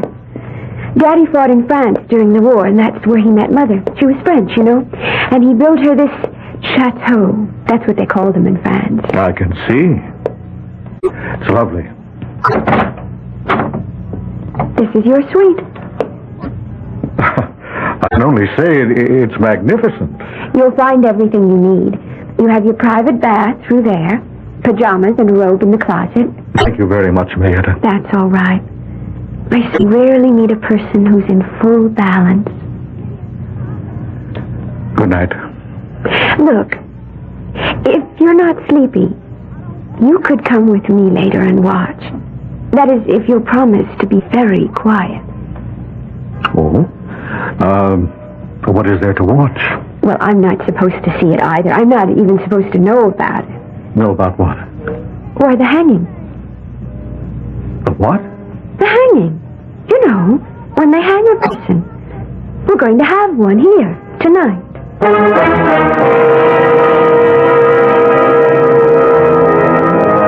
Just like that. How would you like to blunder into this kind of lodging for the night? Charles Farnsworth looks at Mayetta. She's young, but not a child. It's true she babbles a bit and has several, offbeat ideas, but she seems sane enough. What's this about a hanging?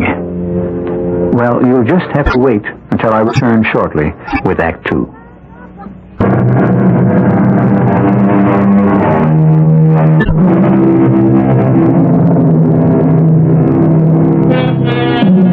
What we consider solid reality is usually, on close examination, a very thin crust. Civilization, rules, laws. We think these are the powerful defenses that protect our lives from anarchy. We rarely consider how quickly, how easily, all the laws and rules can suddenly be suspended. Now, just a minute, Mayetta. Do you mean to tell me somebody's going to be hanged here? Oh, yes. Yes, indeed. But who?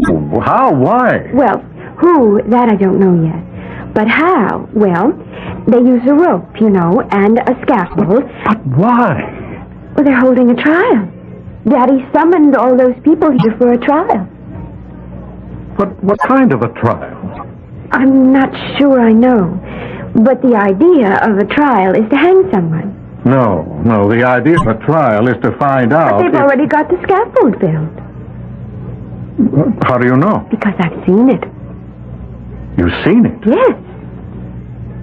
But how can they hold a trial? This isn't a court of law. That's Daddy's business. I would never question him about anything like that. Mayetta, do you realize what you're telling me?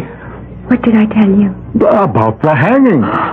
I wasn't supposed to say anything about that. But And since I wasn't supposed to say it, I didn't say it. Mayetta, please, now listen. And since I didn't say it, then you don't know anything about it. But I do. And since you don't know anything about it, then it's not going to happen. But you did tell me. That's what EWAF is truly about. What you don't know about does not exist. But you specifically said someone is going to be hanged here tonight. I said it before I realized I shouldn't have said it. So no. I will unsay it, and it won't happen. Mayetta, this is... I don't know what to think. That's why I like you, Mr. Farnsworth. You don't know what to think. Other people, unbalanced people, they know what to think. And they think I'm crazy, but I'm not. All squared away, I see. Is everything satisfactory? Yes. I've been having a most intriguing conversation with your daughter. Oh? Well, she takes us to her mother. Her mother was French, and they like to talk in riddles, you know. Do they? Oh, yes. Mr. Bennett, I feel I must discuss this matter with you. Oh? What matter? Mr. Bennett, do you intend to hang somebody tonight?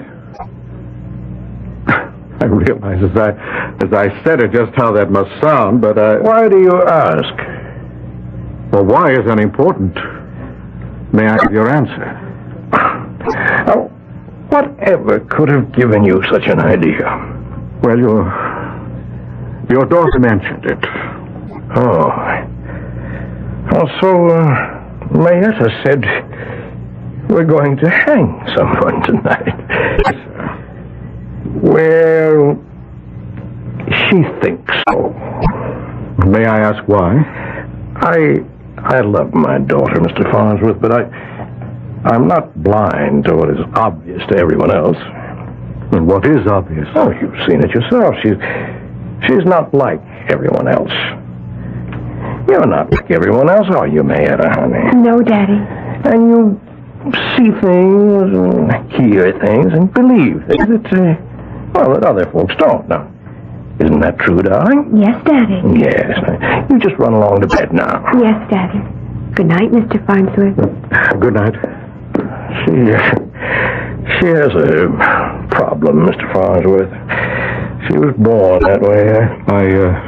I'm sorry. And I realize I'm in a very embarrassing position. Well, let's say no more about it. Well, you're probably wondering now what this gathering is about.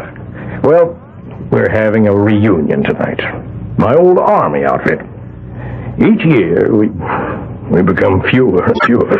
Well, I hope you have a good time. Oh, we will. Sir, you spoke of the law of hospitality. All the obligations are not centered on the host. The guest is also obliged to make things easy. Well, thank you. Well, I'll see you in the morning. Sleep well. Good night. Good night.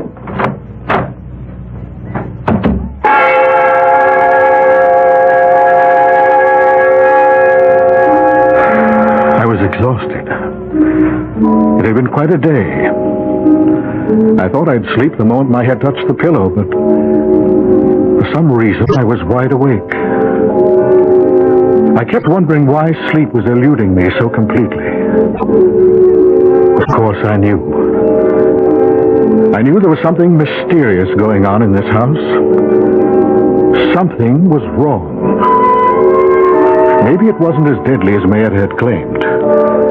But I felt certain it wasn't as innocent as her father had asserted. And I also knew that I wasn't going to rest until I found out. And so I fought it no longer. I got out of bed and dressed myself. And I walked quietly to the door. And I turned the handle. And that's when I discovered that it was locked. Locked from the outside. I walked to the window. And I discovered that I couldn't open it. It was a large casement window made up of many small panes. And as I examined them closely, I discovered that they were made of very heavy, leaded, apparently unbreakable glass. And now I knew with crystal clarity I was a prisoner. And distance, I could hear the sound of approaching cars and men's voices. Something was about to happen. But if it were only an army reunion, why was I locked in this room? And then I heard it. A key was being inserted in the lock. And I could hear it turn. And the door opened slowly. Was someone coming after me? Who? And for what reason? Mr. Farnsworth. Marietta? You just have to help. What is it? Why have I been locked in here? They're going to have a hanging. But I thought you said... That's before I knew who it was going to be. Well, who is it going to be? Cousin Conrad. Conrad? But why? Because they're holding a trial for him. I have to keep asking why. Because they held one over at Maple City 6 months ago. Conrad was tried? What for? Murder. Murder? Whom did he kill? Cousin Bertram. And you see, the jury said he was innocent. Well, then what's this trial about? Daddy didn't like the verdict, so he's holding a trial to get a different one. We have to do something, but what? Well, I was thinking you could take Cousin Conrad away from here. How? In your airplane. Take off at night from that field? They'll hang him. Gas. I need gas. We've got plenty of gasoline in the garage. Where's Conrad? He's waiting for the trial to start. Then we'd better hurry.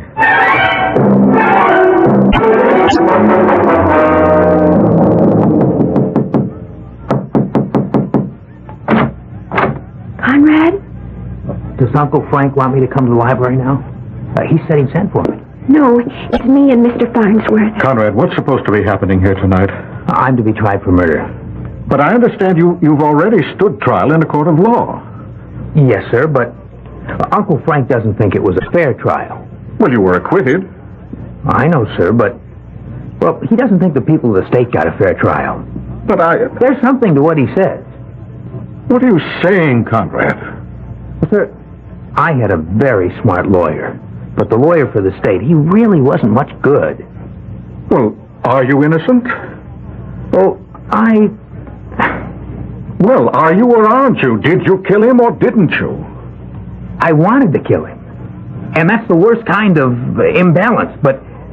Well, that's really the worst kind of all. That's right, because that's when all of your signs are just completely out of control. No, but there's a difference between wanting to kill and killing. Is there? I wanted him dead. I wished him dead, and he died.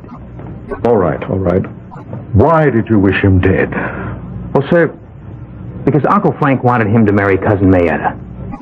Oh, and you were jealous? Oh, no jealousy. No, that's not it. That's against our religion.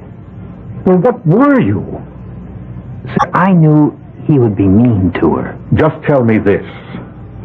How did Cousin Bertram die? Poison. He was poisoned. And if I may maintain my sanity, I would assume that you were accused of the crime. Now, is that it? Yes. How was he poisoned? Well, someone put poison into his iced tea. You see, we were all sitting around drinking iced tea. Who is all?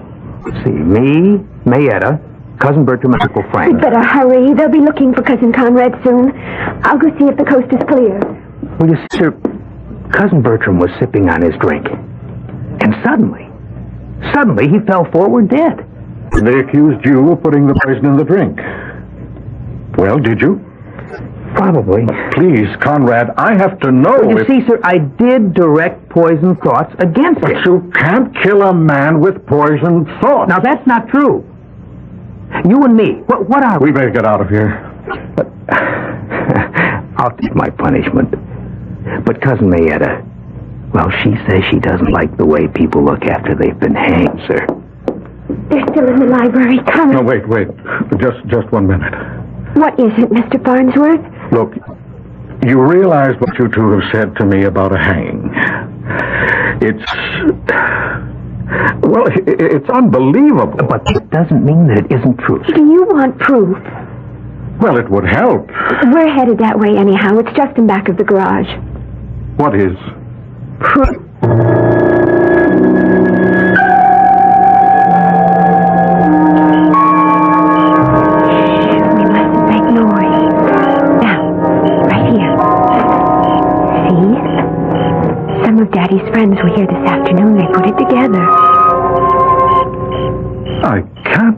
It's a scaffold. Yes, sir. See, there's the platform, and you walk up those steps, and they've already got the rope hanging from that crossbar. I heard Daddy say that was made out of mahogany. And you stand on a trapdoor. No, that's enough. That's enough. Now, hurry. Let's get the gasoline. I'm going to fly you out of here, Conrad. One moment, please, Mr. Farnsworth. Daddy! My associate's here, and as you can see, we're armed.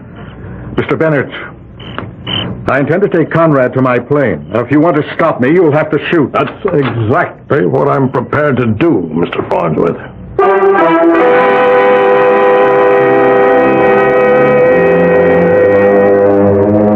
Well, something has got to give. We already know enough about both men to realize that each is a person to be taken seriously. What we have here is the old story about the irresistible force and the immovable object. I shall return shortly with Act 3.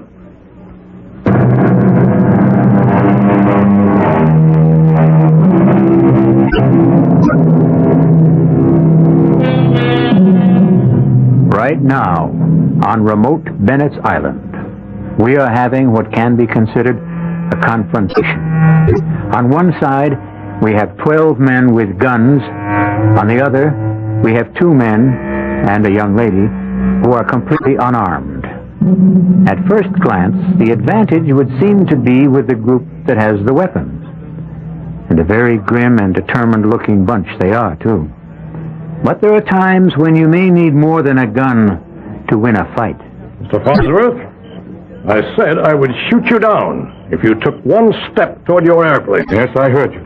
But before you take that first step forward, Mr. Farnsworth, yes, you have to realize that you're committing each of us to a position he doesn't want to be in. Well, what do you suggest? Let's discuss it. You intend to hold a lynching. I don't see what's negotiable. It's a trial. You can't do it. This is to be a real trial. What he had before was just a farce. The law of this country has clear procedures for trials. You're obviously interfering with his civil rights. We have a federal involvement. Tell me more. Each one of you who is involved in this activity will be arrested. All right, I listen to you. Now you listen to me. You lead here. You tell that story, and who do you think is going to believe you? Who? Oh, I see. Yes. I'm the biggest taxpayer in the county. I own a mill that's the largest employer in Maple City. Yes? Well, I hope that you're beginning to get the picture. The people here with me, all upstanding, law-abiding citizens. Law-abiding. We're interested in seeing that the laws aren't twisted and perverted. We want laws that punish the guilty. We'll deny every word you say. Upstanding, law-abiding, respectable citizens and willing to commit perjury. Who's going to believe? Is this what you wanted to discuss? Now, you give me your word of honor, Farnsworth. Your oath as a gentleman. That you'll never mention any of this to a living soul. But I thought you didn't have to worry about all that. Well, why take chances? Give me your word. And you can gas up and fly out of here. Alone? Alone. You know I can't do that. Oh. Then I'm afraid you can't leave this island. Wayne, Bob, a couple of you. Get some rope. Tie him up.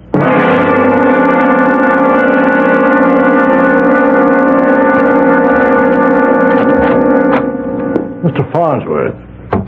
Well? I want you to understand my position. Yes, I understand it. I just don't agree. Well, it's a little complicated. This whole business has become more complicated than I guess most of us bargained for. What business? The redressers of injustice. The redressers of injustice? That's the name of our organization. We felt, a group of us felt, that there were people who were getting away with murder, and so we decided... You decided to take the law into your own hands? Yes. Where it would be safe. Where it would be honored. Mr. Bennett, we really have nothing to discuss. Just a minute. Tell me why you want to lynch your nephew, Conrad. I said you didn't understand, and obviously you don't. I love that boy. Huh. And you have a remarkable way of showing it. Listen, we formed this organization, as I said. And this is the second time we've met. Oh. So that scaffold has been used before? Yes, it has. You remember reading about a man who Murdered a farmer and his wife and their 4 children. Just murdered them for no reason. You remember that, don't you? Yes, I think so. Well, everybody knew he did it. He was seen there. He even bragged about it later on. And he was tried. And he was freed, finally. And you know why? No. Because of some legal mumbo-jumbo. Come, Mr. Bennett, I'm sure you can do better than that. It all had to do with the fact that he wasn't arrested properly. That his confession hadn't been obtained properly. Nonsense like that. Well, it's hardly nonsense. He killed 6 people in cold blood. And a court of law said, go free. And therefore you took the law into your own hands. Yes, we did. And before you say another word, let me ask you if you remember that man's name. No. It was Wayne. George Wayne. And his cousin, Gordon Wayne, is a member of this committee. That should prove something. Well, it proves that some of the greatest crimes can be committed in the name of sincerity. Mr. Farnsworth, I need your help. My help? Yes.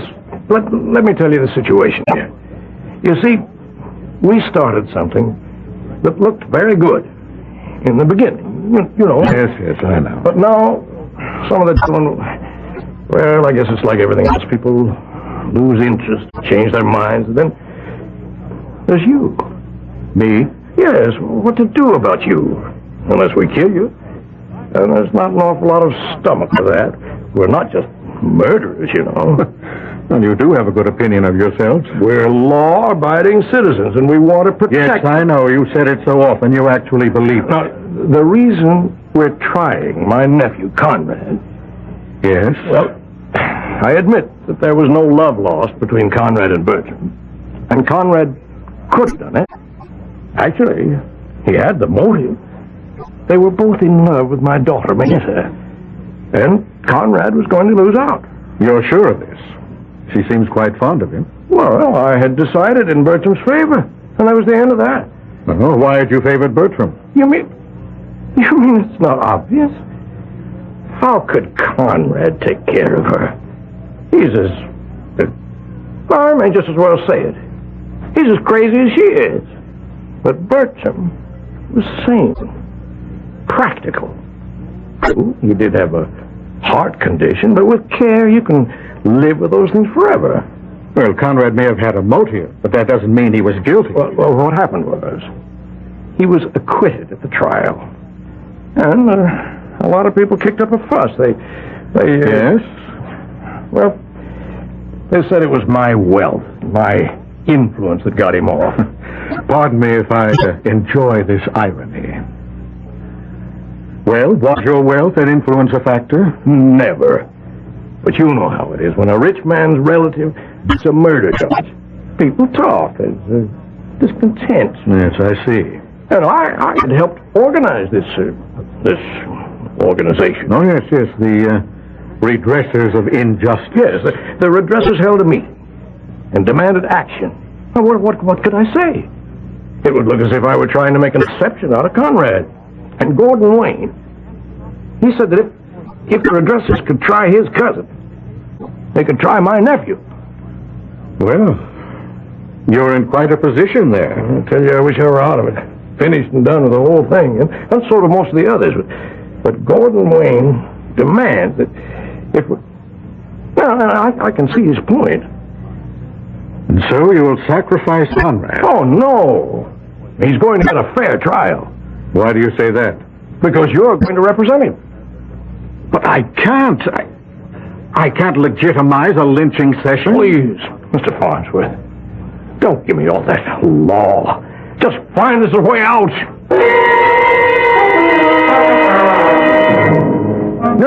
No, I don't see why Conrad should have a lawyer. Just a minute, Wayne. Just a minute. Now, you wait a minute. I thought the reason this committee was to get together was to get away from lawyers and their shenanigans. A man's entitled to counsel. I object to that. All right, we'll put it to a vote. All in favor of Conrad's having counsel, raise your hands. All opposed? The vote's 9-3 in favor, counting mine. All right, why don't we proceed? Who wants to speak against Conrad? What's to speak about?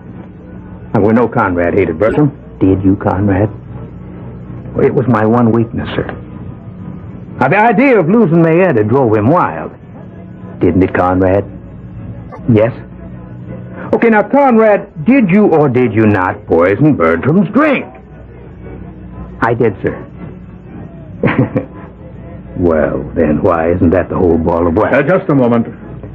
Here comes the lawyers to steal it. What do you mean by poison? I poisoned him. Do you mean you poisoned him with a drug or a chemical of some sort? I understand a heavy dose of poison was found in his system. Did you administer it? Yes, sir. How? Does that matter? For crying out loud, the man admits he did it. How, Conrad?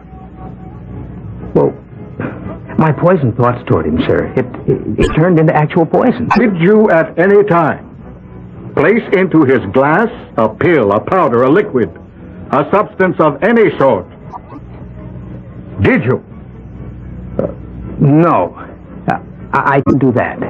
How did the poison get into Bertram's glass? Conrad, put it there. How? When? Where? Now, where did the iced tea come from? The kitchen. Bertram said, I'd like some iced tea. We were all sitting out on the patio. Yes, and I said, I'll tell the cook to make some. And Bertram said nobody makes better iced tea than I do. And he went inside. And a couple of minutes later, he called for Mayetta to come in and help him serve. We heard all this at the trial. But it is important, Mr. Wynn. So Mayetta went inside and came back carrying the tray. She set it down, and Bertram set a glass in front of everyone's place. And then what happened? Well, there was a sound of an explosion from the rear of the house. So we ran back to see what it was. Who ran back? All of us. In any particular order? I remember. Uncle Frank first. Yes, and then Conrad, and then Bertram and Mayetta. And what was the explosion? Oh, the cook's little boy. He'd found a firecracker left over from the 4th of July. I see. And then what did everybody do? Well, we all went back to the patio. And everyone picked up his glass and started to drink. And then, in a few minutes, Bertram just keeled over. Then how did the poison get into Bertram's glass? Conrad, put it there. He admitted it. But when? And how did he have a chance? He couldn't do it in the kitchen. Only Bertram and Mayetta were there. He couldn't have done it on the patio because someone would have seen him. He did it when they went out to investigate the noise. How? He was second man out. Bertram and Mayetta were still on the patio. When they came back! Did you all come back together? Yes, we did. This is the same kind of hocus pocus the lawyer pulled at the trial. Now, Conrad admitted it. He can admit anything he pleases. It doesn't work unless and until we can show he put the poison in the glass. The thing was put into the drink after the glasses were set out. No, it wasn't. Mayetta, what are you saying? Yes, Mayetta? Well, you all should have asked me. Nobody ever asked me before. As I came into the kitchen, I saw Cousin Bertram place a pill into one of the glasses. A pill? Well, he always took pills for his heart. I didn't think anything of it. But then we set the glasses down. I saw him put the one with the pill in it in front of Cousin Conrad. Uh-oh, I thought. He made a mistake. So I just put the glass with the pill in it back in front of his chair. You changed the glasses? Oh, yes. I was going to call it to his attention, but everybody started to run to the back of the house, so I just changed them myself. But Mayetta, that was not a pill. That was the poison that killed him. Oh, no. No, Conrad is right. The poison that killed him was Conrad's mean and unbalanced thoughts. But Conrad has atoned. He's balanced now. Mayetta, why would Bertram want to kill Conrad? Oh, Bertram. Bertram was unbalanced. Everyone knew that. He was so angry because I told him I could never marry him as long as Conrad was alive. What? We love each other so much. Gentlemen, the defense rests.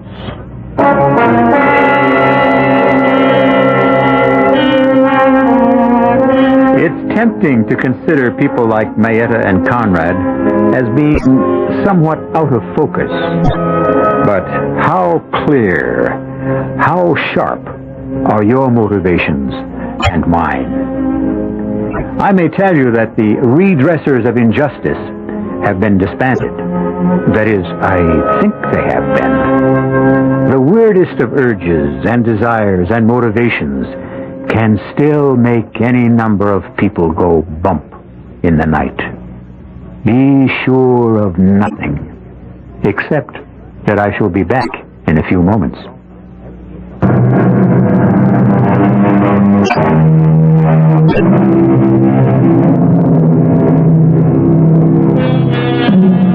As they say, you take the law in your own hands only to manhandle it. We hope Mr. Bennett has learned his lesson, as have Mr. Wayne and the rest of the redressers of injustice.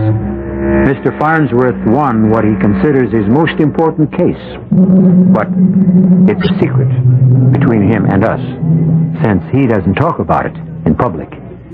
You'll learn a great many more fascinating secrets when you visit with us again. Our cast included John Beale, Brett Morrison, Denise Alexander, and Casey Kasem. The entire production was under the direction of Hyman Brown. This is E.G. Marshall inviting you to return to our Mystery Theater for another adventure in the macabre. Until next time, pleasant dreams.